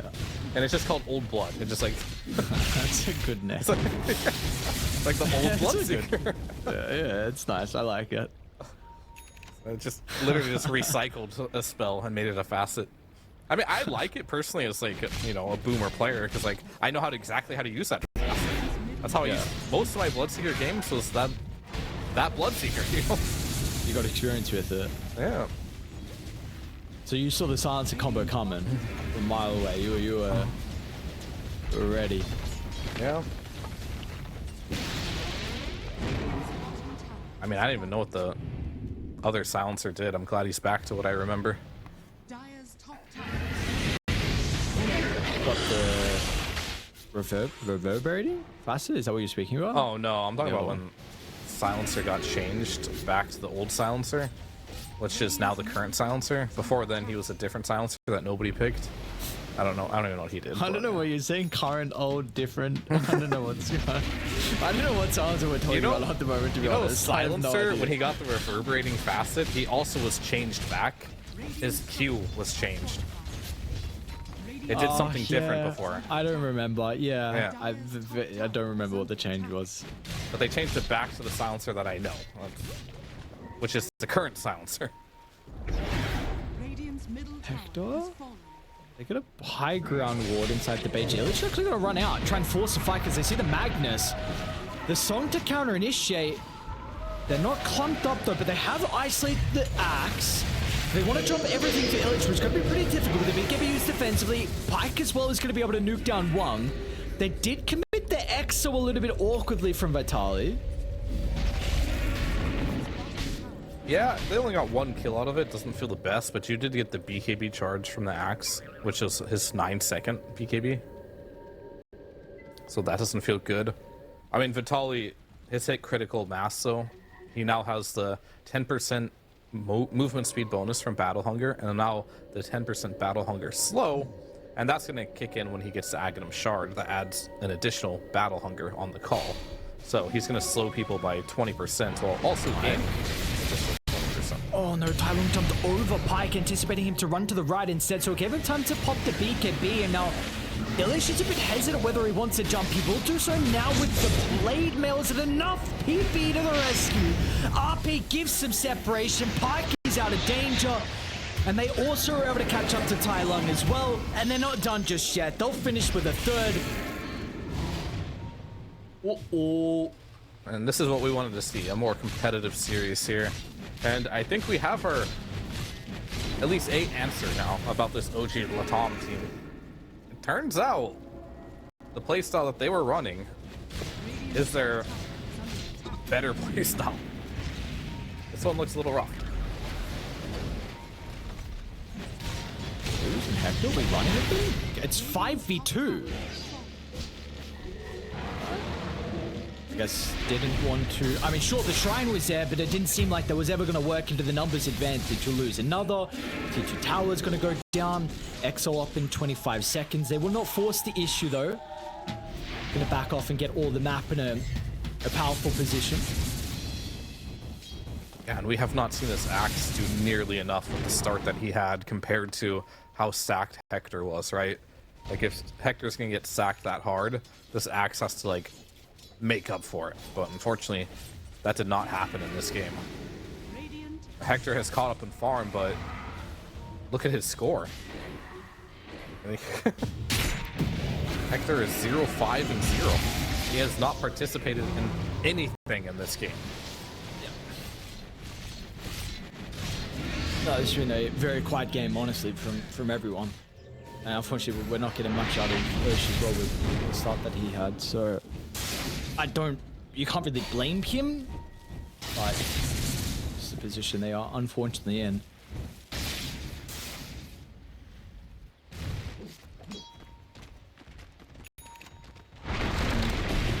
It's feeling like a potentially another slow burn here. We're gonna wait for Roche. They saw Tai Lung get out on the map. Be able to find him. Even RP. Okay. Why not? Yeah. I mean, he kind of needs to use it if they want to get the kill, otherwise he's just gonna BKB and walk away. Shaman wasn't quite close enough. But yeah, I mean, your options seem very limited. The mid tiny not working out. Carry Abaddon certainly not working out. The Axe, it had its moment, but it seems that has just fallen completely flat.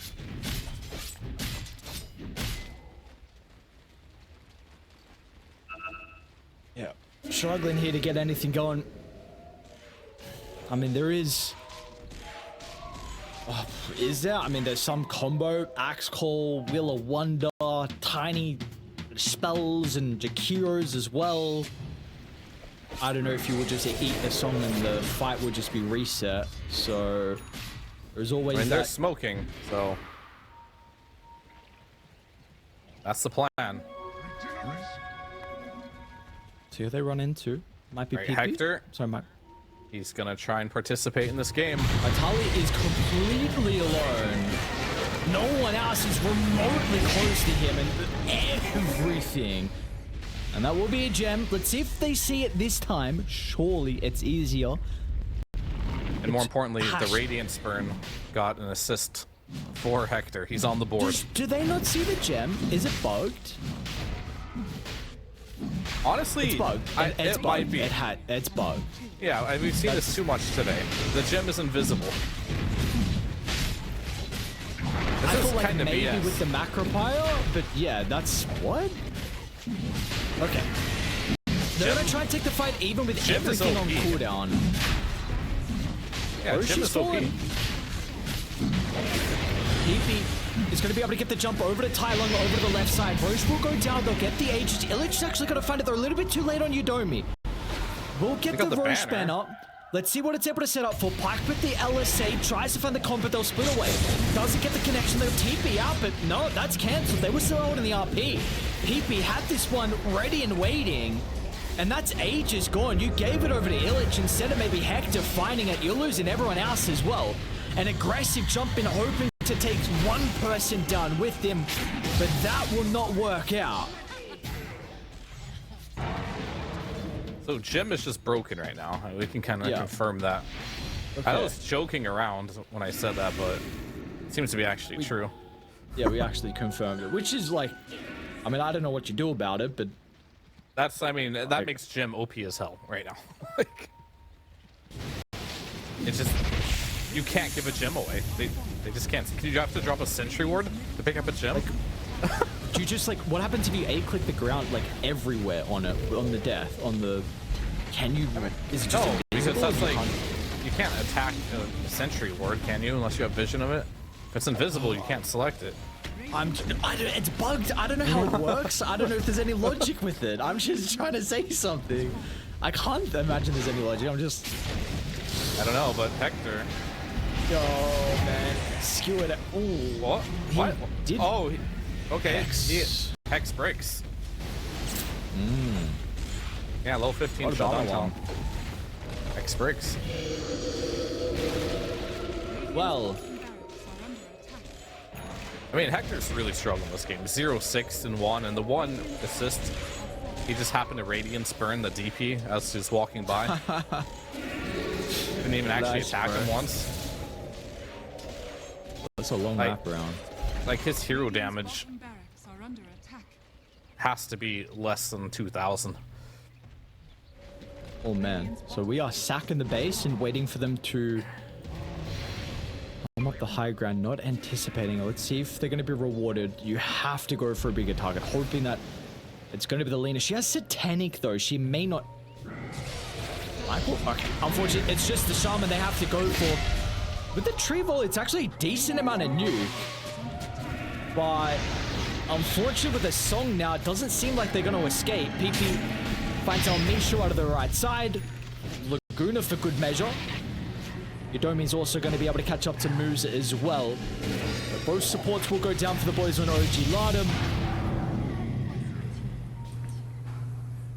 He was satanic. Okay. It's fine.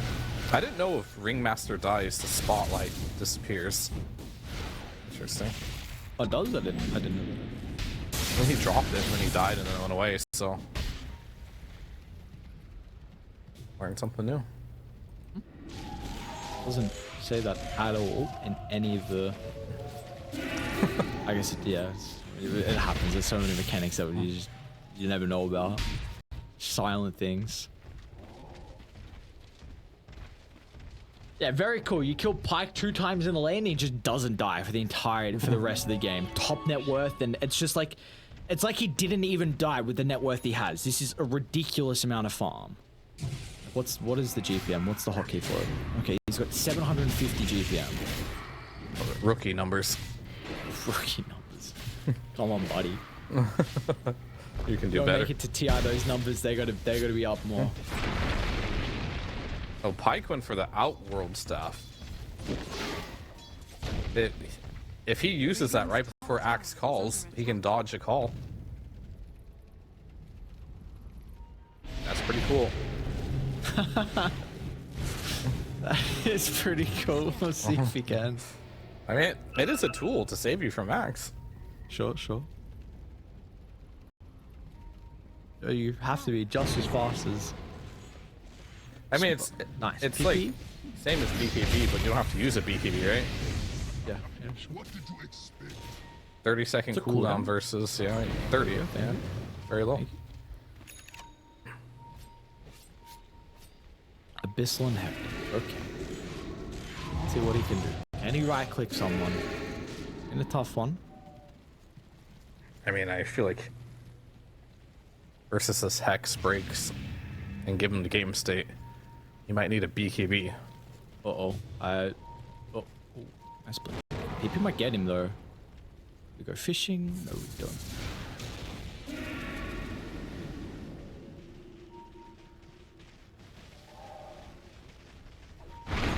Yeah, he's still going for the Aghanims on the Jakiro, even though that was heavily nerfed.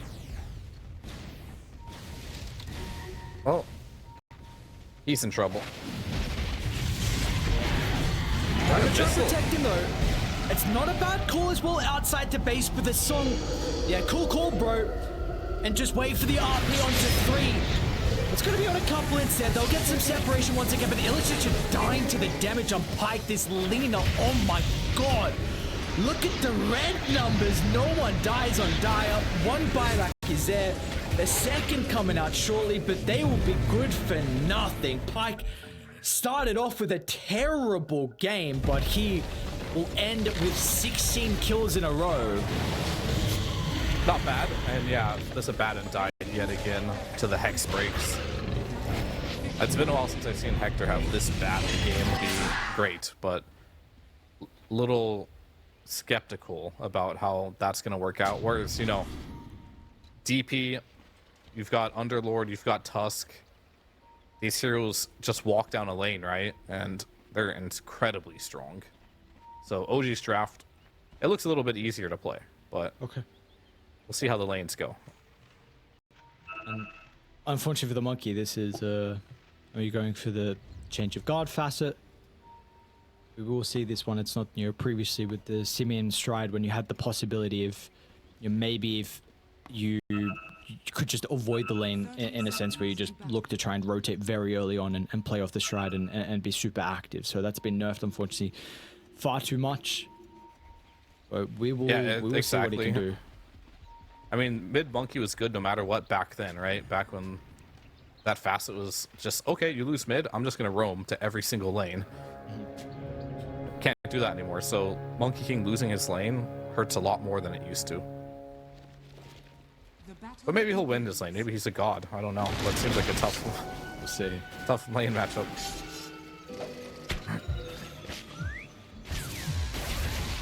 Oh, this is very interesting. Almisho's position.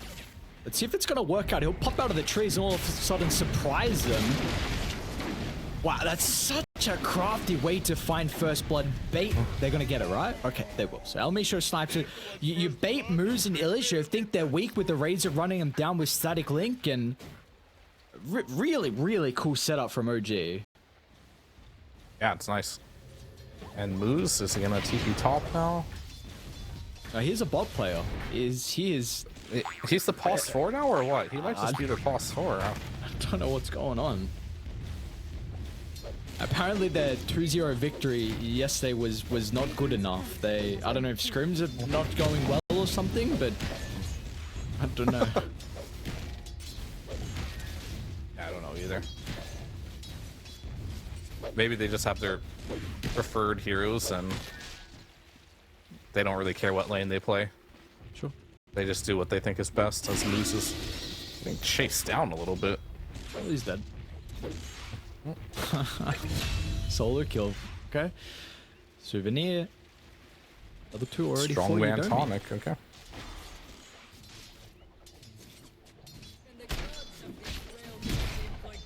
And a D ward. Oh man.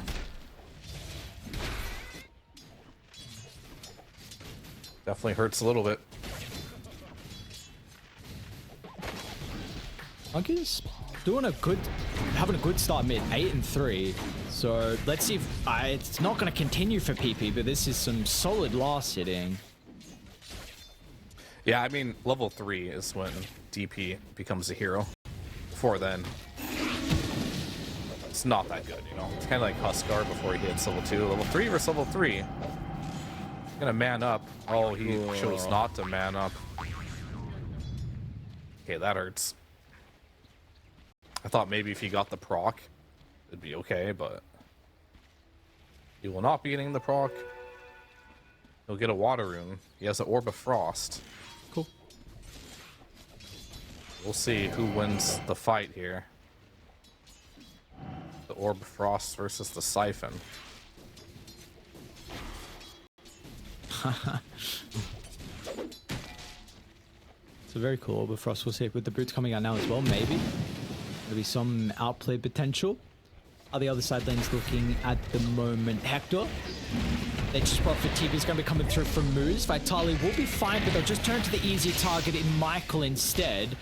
So instead of sacking Hector, they're going to bring the extra support to help secure his lane this time. Yeah, and he needed it. This top lane wasn't going great. This Dawn getting lots of farm. But the question is, every time he leaves, you know, this Razor will start making advancements on the Underlord. And Moose, actually, he TP'd down here. Ooh. One more hit. Oh, they got it. Dead. Nice. Domi with the level 3, some higher level than Ilish already. Yeah, it's definitely rough. It's rough, and as you expected from the mid matchup, once you get level 3 on DP and you have those 2 charges of Spirit Siphon, the lane gets incredibly hard. Out of region. Okay. Underlord will go down. Unless it's the strength of the Razor here. This lane matchup is very difficult for Underlord to play into. What's the item build for Pyke this game? What is he looking at? I don't know. Maybe like a Falcon Blade into Maelstrom BKB.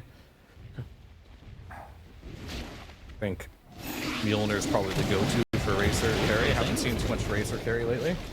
Okay, they just Solo had kill? a bit of a brawl. Not solo, but yeah. I mean, Moose is making stuff happen on the map, for sure. And he has to, right? Because this Underlord is not enjoying his life in the spot lane, but we knew this was going to happen. He's going to get sacked. And the trade-off is they're going to have a farm DP. So it looks good. And this DP also is going for phase boots. This really wants to keep the Moose speed rolling to be able to catch up to, or run away from the Monkey King. Hi. They know Elmish was here. They saw him come through the portal.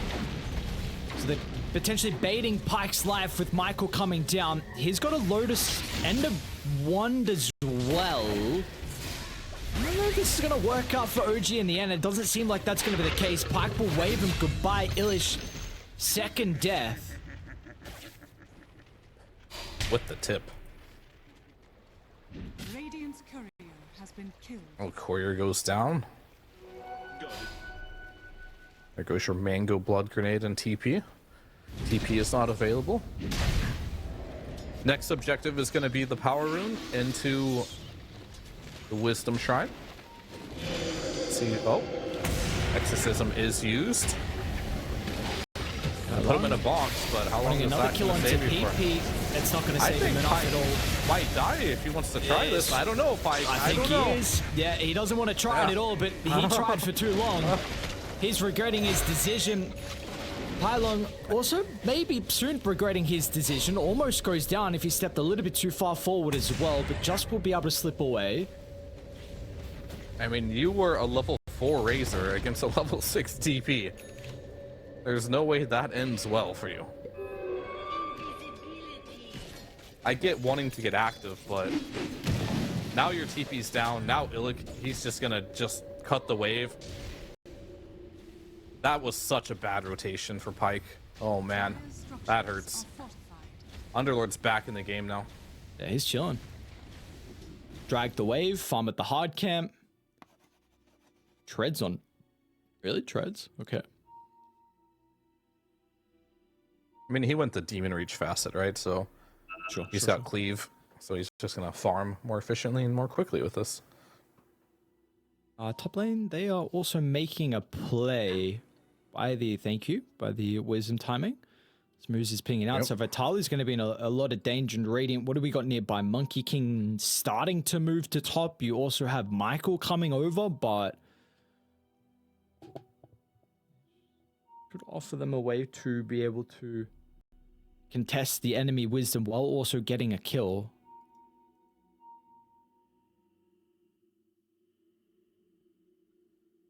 See what they can do here.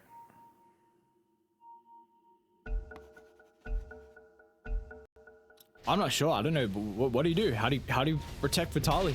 Tylong's not going to pop out just yet. He's maybe waiting for more people to come on over, but Bottom tower is under will this work out in your favor, though? Monkey's going to be here pretty shortly. You got that +1 from Moose also popping through with the global teleport. They need more from Edge.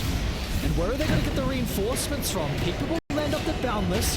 Hector's also going to look to try and join the fray as well. It's a decent dodge with the Mischief, but it's just not good enough from PP. He'll go down. And Misho's ring around the rosy keeps himself alive and secures the Wisdom Room. Be a 2-for-1 favoring them. It'll be both Wisdoms as well. That's massive for OG there. To be able to get both Wisdoms and Monkey falls again. I mean, this Monkey... lower net worth than the roaming Nature's Prophet. It's rough. Yeah, well. Meanwhile, That's what I was Elish is afraid of. completely fine. Like, his net worth is great. I mean, Razor TPing mid, like, I mean, he's dead now, but... slow but painful. And unfortunately, Yodomi's stealing all the kills away from this Razor, so... not really catching up too much. When he chose to go for Null Talisman instead of Falcon Blade on the Razor for the mana regen. I know you need some mana regen item so you can spam your Q to farm. And then usually right into the Maelstrom after.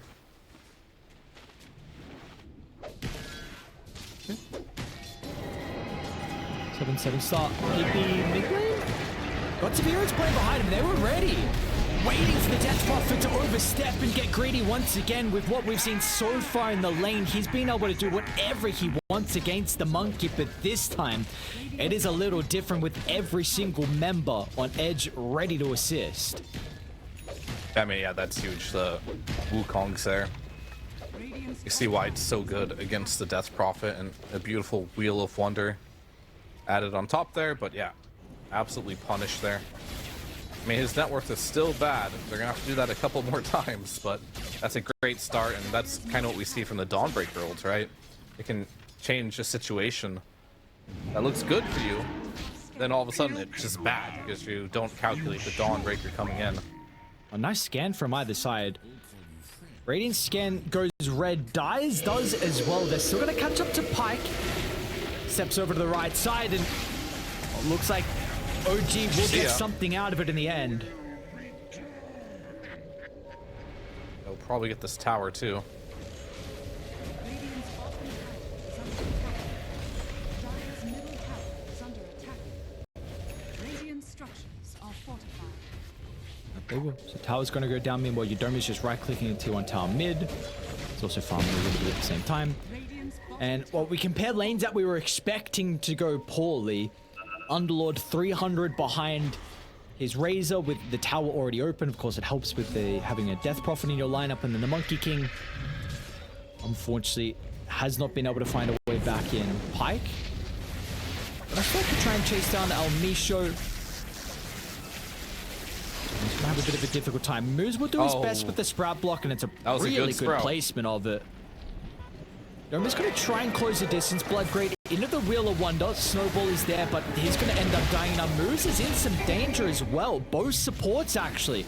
You thought the Sprout was good enough. Unfortunately, Moose, that's not the case. Yodomi was at least in a great position to be able to use the spells, and both supports will go down from OG.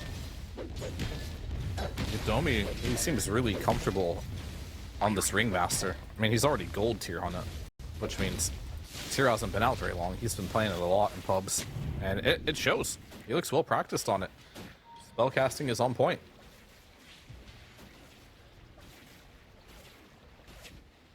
But it is impressive showing. Look, we got a very even game at the moment. It's also given a little bit of time with that kill for PP to get some catch up. The Fusel Blade's going to be completed pretty shortly.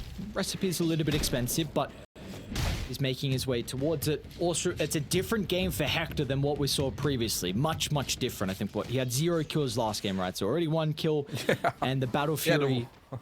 1 assist, 0 kills. 1 assist, okay. So, I mean, he's very already... I mean, still hasn't got that assist, but he's got 1 kill this game. But the big thing is he has no deaths. yeah. He had a lot of those last game. Fortunately, he did, but... And he also had no farm. This game, he's got a kill, no deaths, also farm. The most in the game, in fact.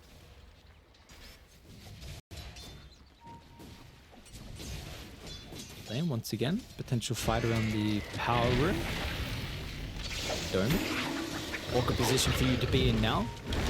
Haste. No. Okay, you got it at the end. Gonna matter by the souvenir. looks of it. Maybe it will. Okay, Boundless is off the mark, and that means the Solar Guardian as well is not going to be good enough. So kind of second time. It was a little bit different this one with the combination. So it's not going to work out for them. All right. Another pause. But he's got, what, 5 souvenirs saved up here? So, hard to kill the Zero. All spells are available. I wonder what the play is. I mean, there's no Donald. I think if you're OG, you're fine with this, right? You just continue to let Ursa farm with his Battle Fury. He's happy.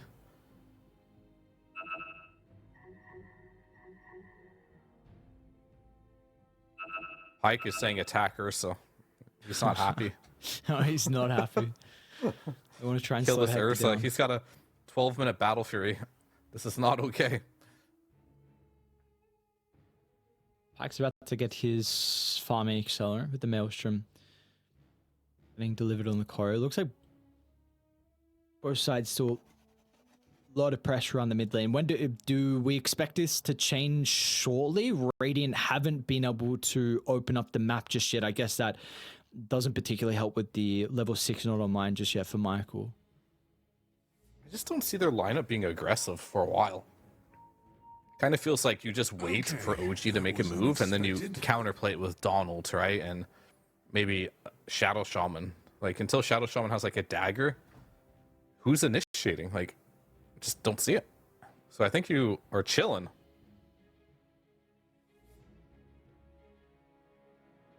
You're just kind of waiting for the moment this dagger comes online, then you can be more aggressive. Because I don't think this Monkey King, who's level 8 and doesn't have a single item completed, is feeling very comfortable to make any plays. Maybe when he gets Diffusal, he went for a cheap item that can give him a lot of impact in Diffusal Blade. So maybe when he has that Diffusal, he'll be able to slow heroes down, which will allow the next Donald to be more aggressive. But I think for now, when Solar Guardian's down, you are chilling. But Pike did say to go attack Ursa. I don't know how they plan on doing that when they're losing their mid tower to 4 heroes here, but We're gonna have to we see. shall see. What is the response? How do they set up a defense to protect their tier 1? Glyph is a good way to stall it at the moment. But we're going to try and force a fight. They'll start with the Wheel of Wonder. Unfortunately, that does not connect onto anyone. Stunned the tree on PP, I think, which stopped the Boundless, and now they're in danger. Decent amount of damage onto Yudomi. That's going to push him away. There shouldn't be a defense now, right? I guess Tylon's a little bit low. Maybe there is. DP's just dead. All right, she's bursting. Now, Misha as well is gone. So they mess up the initial combo. It's not going to matter in the end. PP also gets a much-needed kill, getting him closer towards the Fusel, and Tower successfully defended, and apparently they're going to get the T1 first. Yeah, I mean, What a bizarre move for OG to make. Like, okay, they're going after Ursa top 2 here. He died potentially. No, I think it's looking like it might be the case. Hector gets away now with the response as well. Has Pike gone too far? We're seeing both sides overstay their welcome. And this time it's going to work out for the boys on OG. Nice feed, Yodomi. Oh, he tries for the strongman, but it's not enough. A little bit too late to get Pike out of danger. Over to the right by the secret shot. PP will leap over the top, so it's a 1-for-1 and they want to go back in. Can they prevent moves from escaping? PP lands the boundless onto 2. With a silence, it's not going to be enough to help Moose, and in fact, it might also get in caught as well. What is going on? Edge. You thought it wasn't going to be looking good with Pike going down, but still, they're able to make amends and turn it around, a 3-for-1 favoring them. So I'm going to start from the beginning, right? Like, this mid tier 1 tower, I feel like you should never try and force this when a game is even, especially when the other team has Glyph. Like, you're popping Exo into a Glyph tier 1, and you're committing 4 heroes into that. So you lose half your health on the DP, and then you die. And then you bait your team, and your team dies. Then you lose that tower. Then all of a sudden, Hector gets gone on top, which is a great rotation, by the way, by Edge here, to just have the presence of mind to go on Hector. And then, because Hector's out of position, you bring all your heroes to top again, and you get wiped again. Absolute terrible sequence of events for OG.LATAM there. It all started with forcing that mid-tier 1 tower. Like, it's so risky. This is something that people usually just don't do anymore. Because, like, the mid-tier 1 doesn't even have that much value. It's the hardest tower to take in the game. And the value you get from it is very minimal. I guess they just had a bad read on how strong they thought their heroes were. It's a big price for them to pay. Tai Lung's net worth is, oh man. It was sitting very pretty with this game, and well, the Monkeys pole vaulted himself up into a competitive position. This is Agshot, I believe, is now getting delivered on the core, and yep, that's going to be the case. Literally pole vaulting now.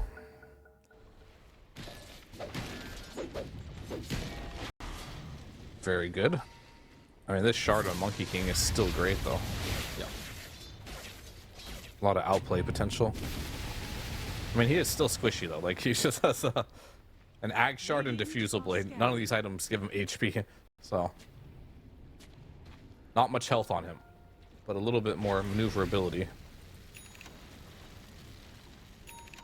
So Moose, as you can kind of, like, look at the wards on the cliffs on the Radiant side.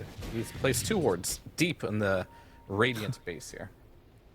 Got 2 of them there. So maybe that vision can help him a little bit later on for setting up a gank. But for now, PP's back.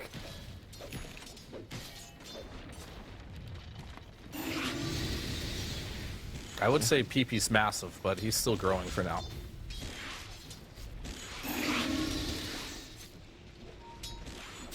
But he's definitely back. He's back. He's back, ready to fight. He might run into Illish as well.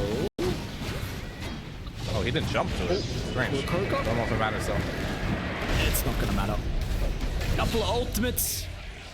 And an easy kill for Edge. This is starting to look like we are just hoping that the Ursa can do some Ursa things. I mean, Hector has Blink after the Battle Fury, working on the BKB next item, but he needs to go huge this game with how it's looking at the moment. They're really starting to crumble. I don't think Hector's the type of player you see do much before 20 minutes. So they're gonna have to hang it out, you know? Like, there's definitely a difference when you look at Hector play versus, like, I don't know, say a Parker or something. He likes to farm a lot. He has done absolutely nothing with the Blink, but he's gonna try now. I think El Micho's like, yo bro, time to stop farming. Come with me. Let's look for a kill, but unfortunately he's not gonna find anything, so this is just gonna be time wasted. Dire's top tower is under attack. You see Pike now, and Hector's Time like, that bro, Hector come on. could have been farming. Mate, I told you this wasn't gonna work. I should have been farming, and he just, oh. I thought he almost blocked one of the camps, but no, he has jumped over just in time. Yeah. El Micho just ruined Hector's GPM. Yeah, that's messed up. That's bannable material. They're smoking down to Pike. Elmisho.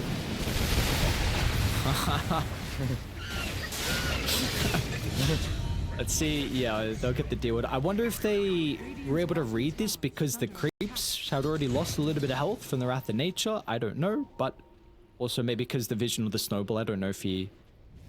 I mean, able to just see. also, why is he there? Sure. Yeah, that is probably. That's yes. That is also. Like, I think the number one thing is when you see support really deep. A solo attempt onto Tai Lung. They do in fact have the Solar Guardian as well. Vitali tries to go to the top. He's going to be able to get him. He dives for the last slam. Oh, the Death Prophet's game continuing to get worse. And now Hector's in danger too. Shackle's going to be kept. Ooh, hang on, people. Oh no. Oh, he didn't get rid of it. Oh, He probably didn't want the ult. He probably didn't want that, yeah. That's a whoopsie. It happens. Wheel of Wonder. Does Ursa want to be here? No enrage? What if the carriers are doing some crazy stuff? Pike he's chilling at the moment. It's a decent pit, but there is just nothing extra that comes out of it. We have a very messy and chaotic final game. Middle tower is under attack. I don't know if Ursa had BKB before that fight or he just got it from his courier, but I think he just got it. that begs you the question, right? Maybe they should have waited for the BKB on his hero before they start making plays. Because that BKB would have been pretty useful in that situation. As Wheel of Wonder is an ultimate that doesn't go through BKB. Well, a big fight to win at the timing that you do as well, with the Tormentor now available. Pike doesn't have Eye of the Storm though, so no Serpent Wards as well. It's a little bit more difficult. Can they actually do it? Kind of scratching their head like, I don't know if we can. Maybe it gives an opportunity for Dire to contest it. Surely you would be looking if they bring more at heroes, they can do it. Oh, Rush, okay. Down are scattered.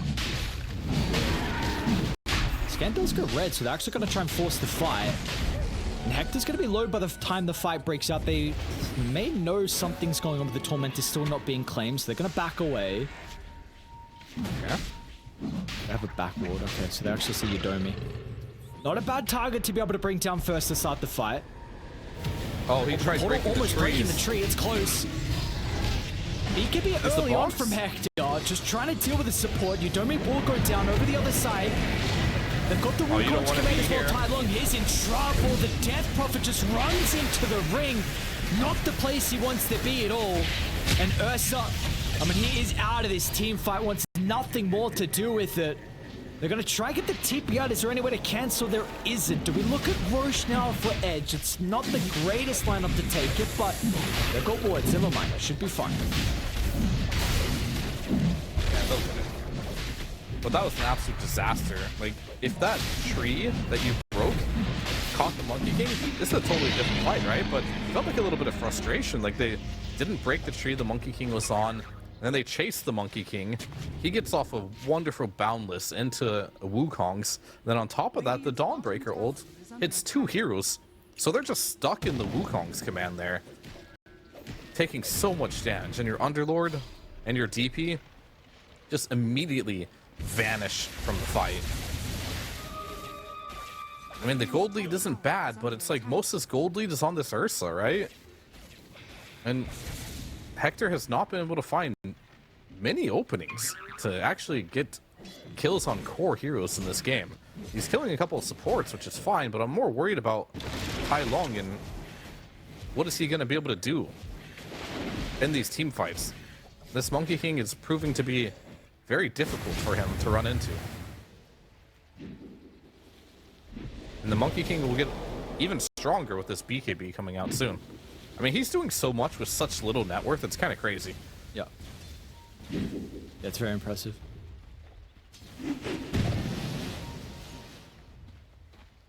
Still I mean, at least net worth wise, is even, man, Tuska's net worth, whew. Sorry, I'll make sure. Looking into items this game. He's got force, I mean, that's it. He has a item, so that's great. But compared to the other supports, he is Yeah, he's poor. supremely underfarmed. I'm glad at least the status of this game that we have compared to the others for the final game. By this stage, on the previous games, it definitely felt like the lead was already large enough for the team that we were expecting to get the victory, and especially with the favor that they had in the drafts as well. This one, though, very, very even game. It is even, but I think just the way the nature of these lineups and how the network is distributed, this Monkey King has proven that he can play pretty well with low net worth. This DP has not proven that she can play very well with low net worth, right? So I think even though the net worth is kind of even, I still think that you're in a better spot here for Edge. Okay. Because this Ursa, he has to get a lot done within BKB, because if during his BKB and Enrage he doesn't get multiple kills, well, he has to worry about Shaman killing him. He has to worry about Razor's damage amping up, right? He's not like a Terrorblade this game where he's going to consistently keep pumping out damage. He has to burst someone. And as we're seeing in all these fights, like, he's killing supports here and there, but until he can actually use his cooldowns to get on top of a core and kill him, this game is going to feel hard. Okay. But then at the same time, he wants to kill the supports too, because they have force staffs, right? And Shaman has a million lockdown. It's just not easy, I think, for K1 to play this. He's going to need DP. Maybe this BKB will help. But he needs basically his DP to stop melting in every single fight immediately.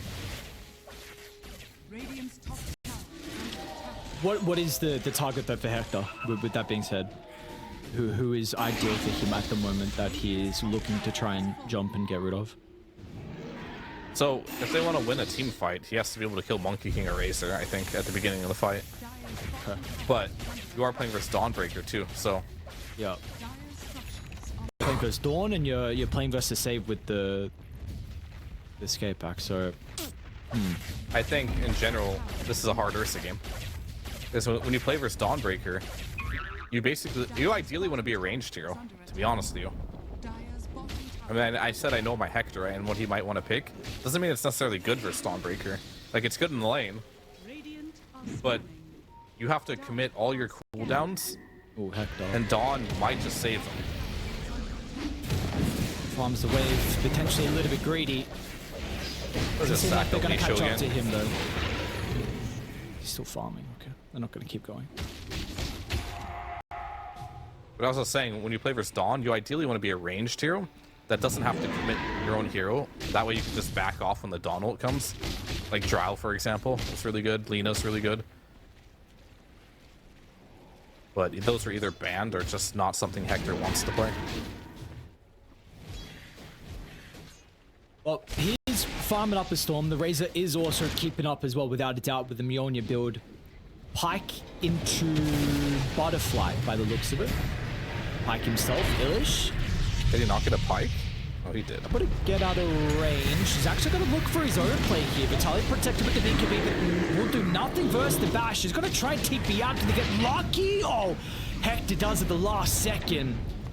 So Illish will survive the initial go, and it gives time for the rest of OG to get there. Good. They needed to get these kills. And straight into a smoke. And Pike, yeah, he finished his signature item, Pike. He's bought it all 3 games. Lane. We're going to smoke connect to Tai Lung. Moose goes a little bit early though, unfortunately. Tower's going to go down nonetheless. They'll secure this. Do they want to stick around still for the T2 tower? They've got the EXO. Roots there onto PP, but the Boundless going to help get some separation. He's okay. Now you're going to be a little bit hesitant if you want to continue to stick in Edge's territory. They will disengage. Huh. Tai Lung went for the silence AoE. Pretty much only seen the Crypt Swarm. Yeah, I mean, maybe he feels like he needs it versus 2 supports to be able to hit him in the backline. Sure, okay. Could be good. I mean, I definitely think it's going to slow down his farming for sure, but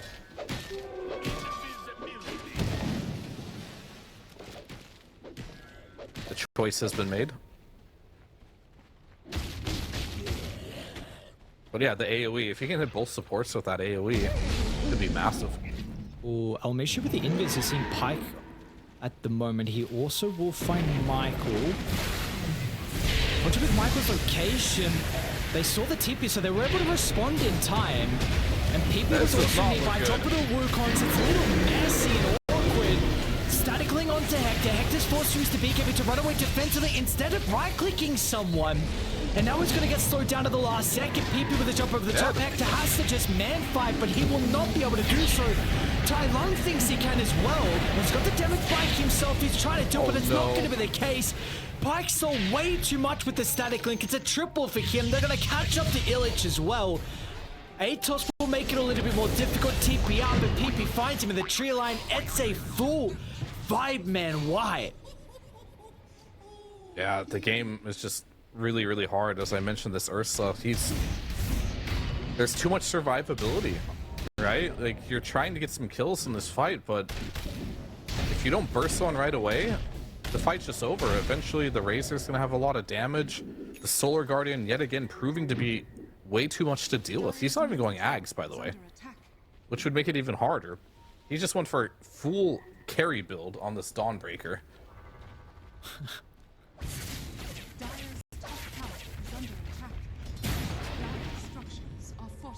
Which makes it like a tri-core, right? Like, all these cores are so tanky. Like, how do you burst this Dawn? It's gonna be AC, Armlet, BKB, Echo. She's got tons of armor, and more than that, just a lot of raw HP.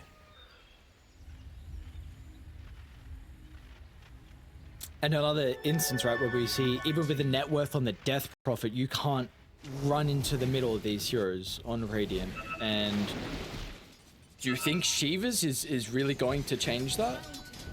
I mean, she needs an armor item, so... I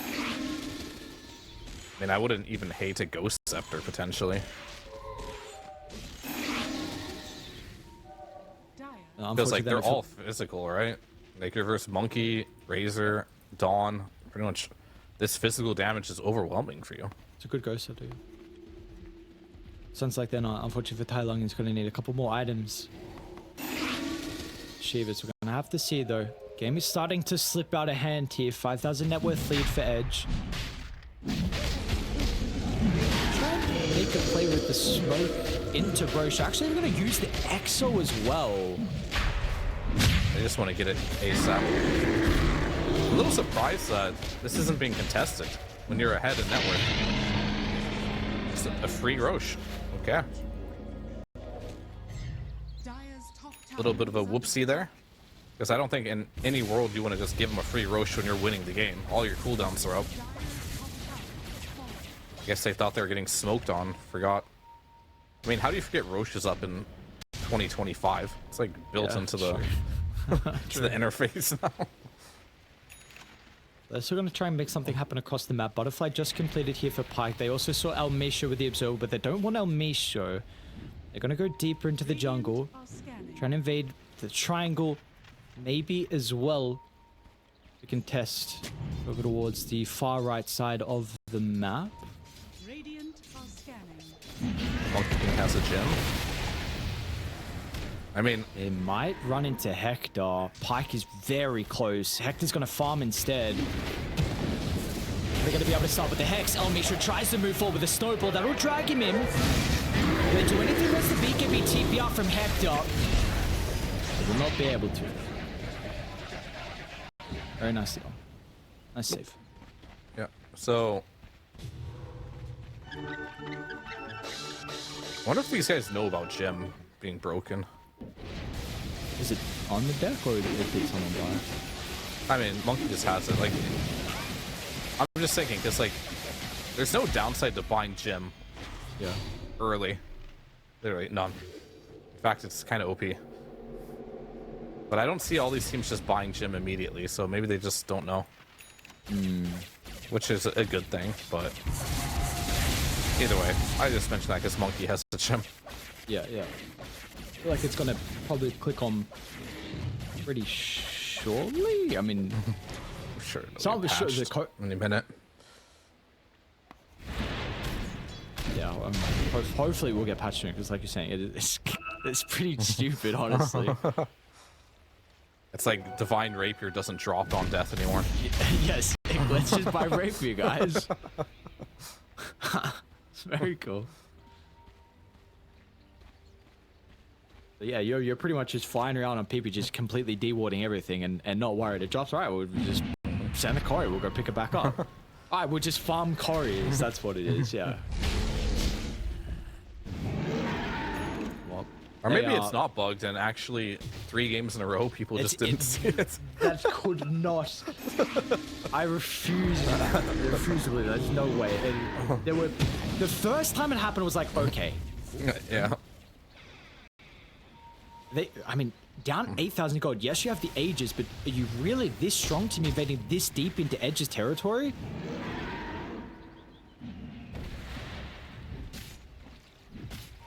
I don't know. They think they are. Apparently they do. There's the Hex, and where's the save like we saw previously? It's not going to come out. And they really didn't commit a whole lot. PP's now going to have a perfect opportunity to pop the Wukongs on the respawn along with the Serpent Wards as well, and he is super vulnerable. And BKB tries to run away, but once again, this is not how you want to use the Ursa's toolkit. It's a lot of damage coming through for the Death Prophet now, where Tai Long finally starting to showcase the true power of this Death Prophet. Down goes the mid laner, but are they going to be able to deal with Pyke next? Root will hold him into place, and now Ursa sees another opportunity to jump back into the middle. Hector, he's still going to go down. You cannot man fight against Pyke. Pyke will reign supreme.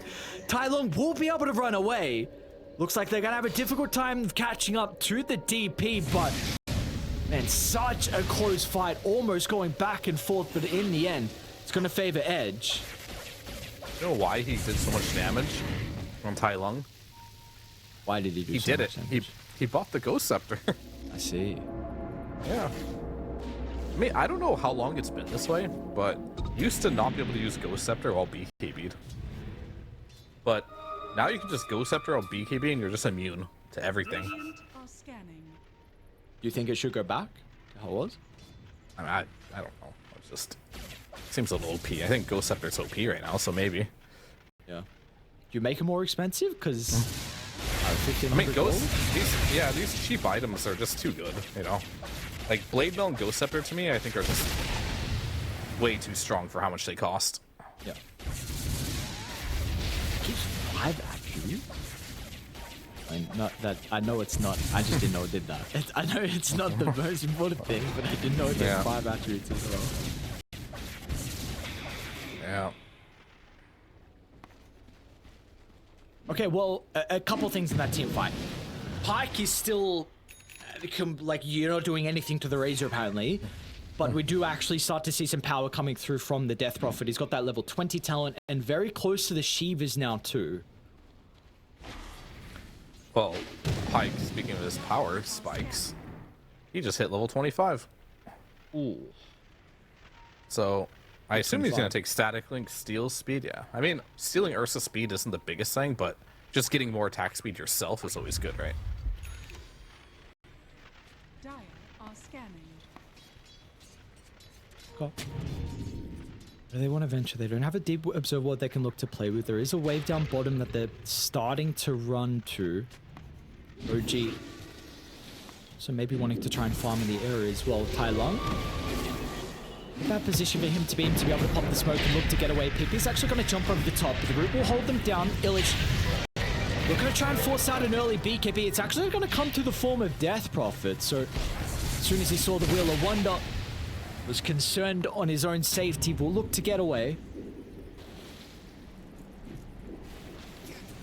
All right.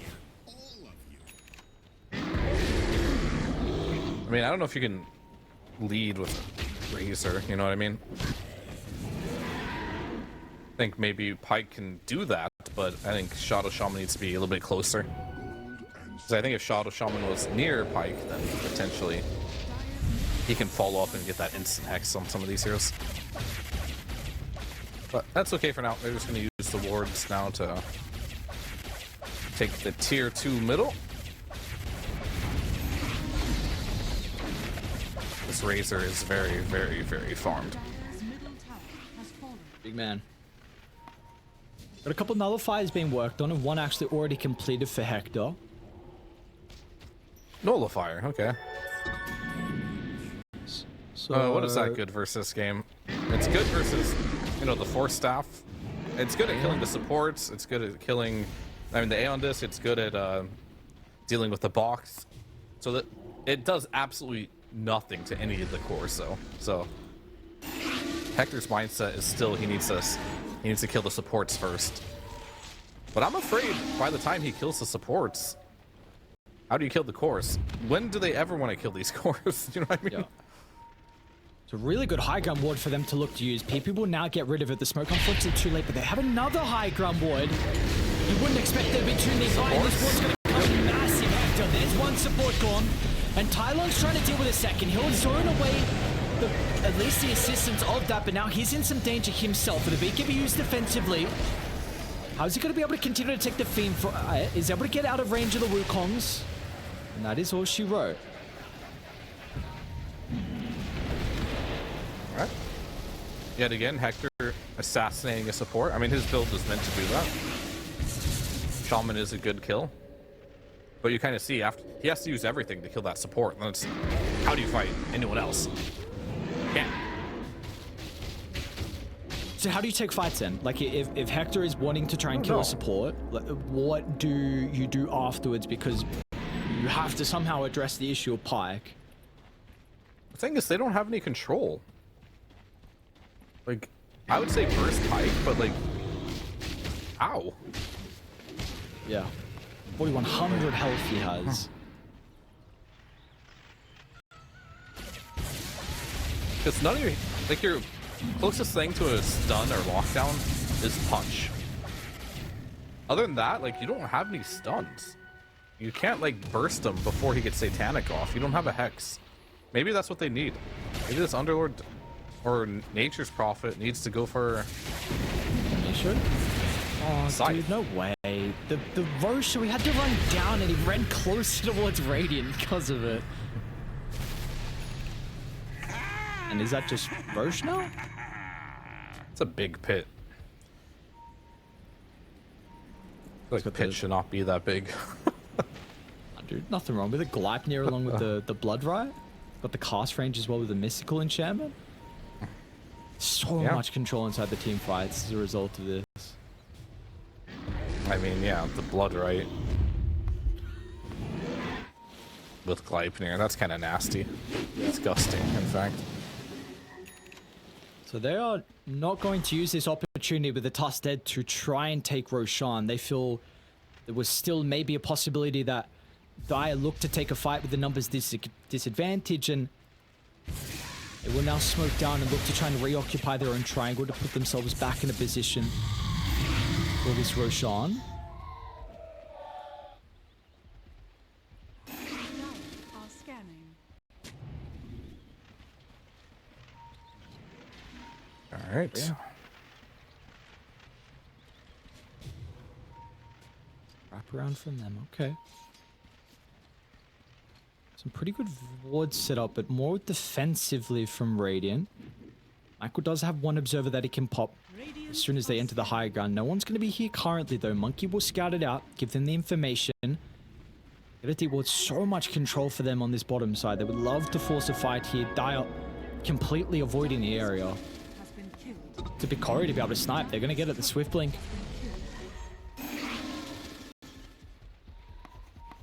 Okay. I mean, that's a big Ursa item. It allows them to get in and out of those fights a little bit quicker. The phased, I mean, you do have phase boost, but just the move speed in general helps out a lot. Dude, he can literally cover the entire lane with a pit. Yeah, it's insane. What It's insane. the hell is that? I mean, that with the ultimate as well, like inside the Yeah. that's gonna be like, what? How are you gonna run? And then when he gets 25, the pit is gonna root you too for longer. That's gonna be fun. Hector? Yeah, sick, bro. No one else entering that high ground. Shards pit.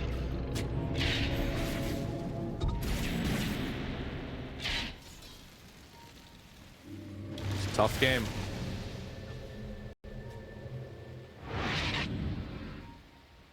Yodomi? Let's get the D ward down. So. I don't know. I honestly think Moose needs to get like a scythe or something. He's going for Nullifier, which, I mean, they already have a Nullifier. Why do they need two? They need Disable. They also need to try and get to Roche up, but they're way too late. This is another Roche that goes for free.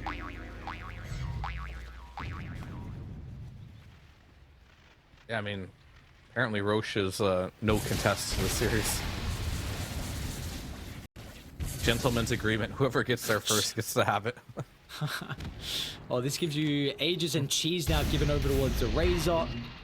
There is a refresher shard as well on PP's Monkey King, who's fourth net worth. Again, ahead of the Death Prophet with the rough lane that he had.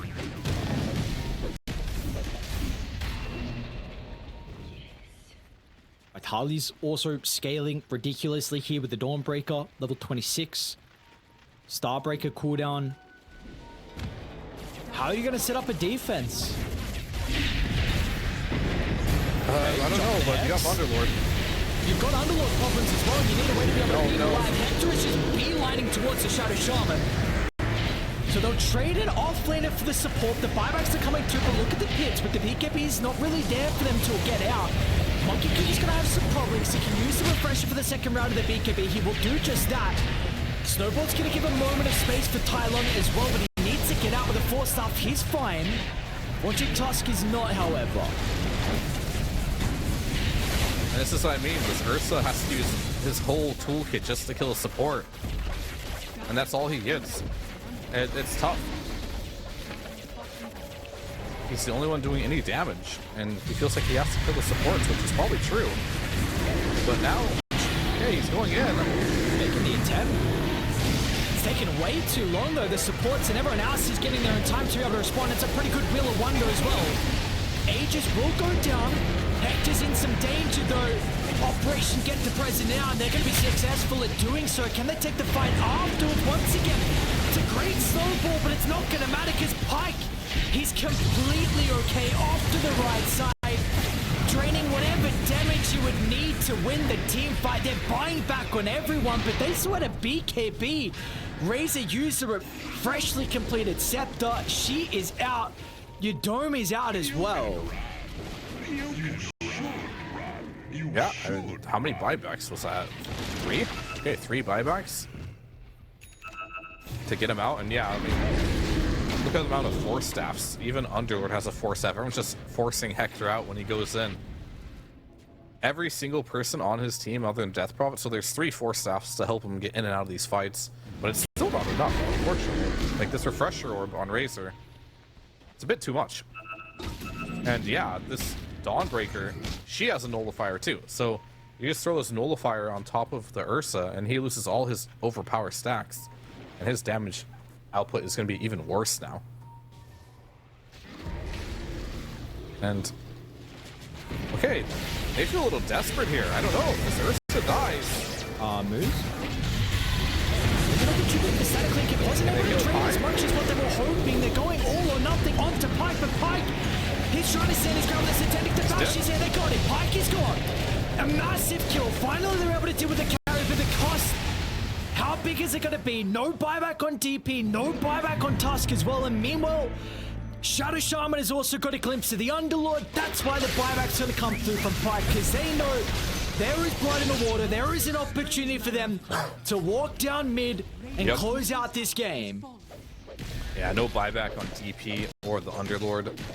That felt like a really all-in play. Was that frustration, potentially? Like, they have no buybacks. They're just running in to a team that has full buybacks, by the way.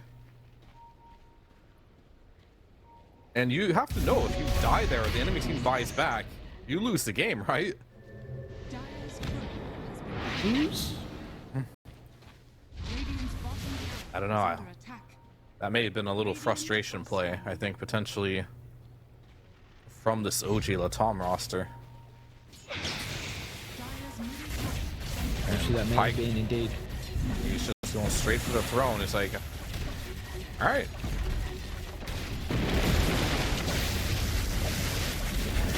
He's I got can- buyback, so he's just trying to waste some couple of seconds. He just gave Razor a bunch of damage and attack speed. That is also very true, and this one's over.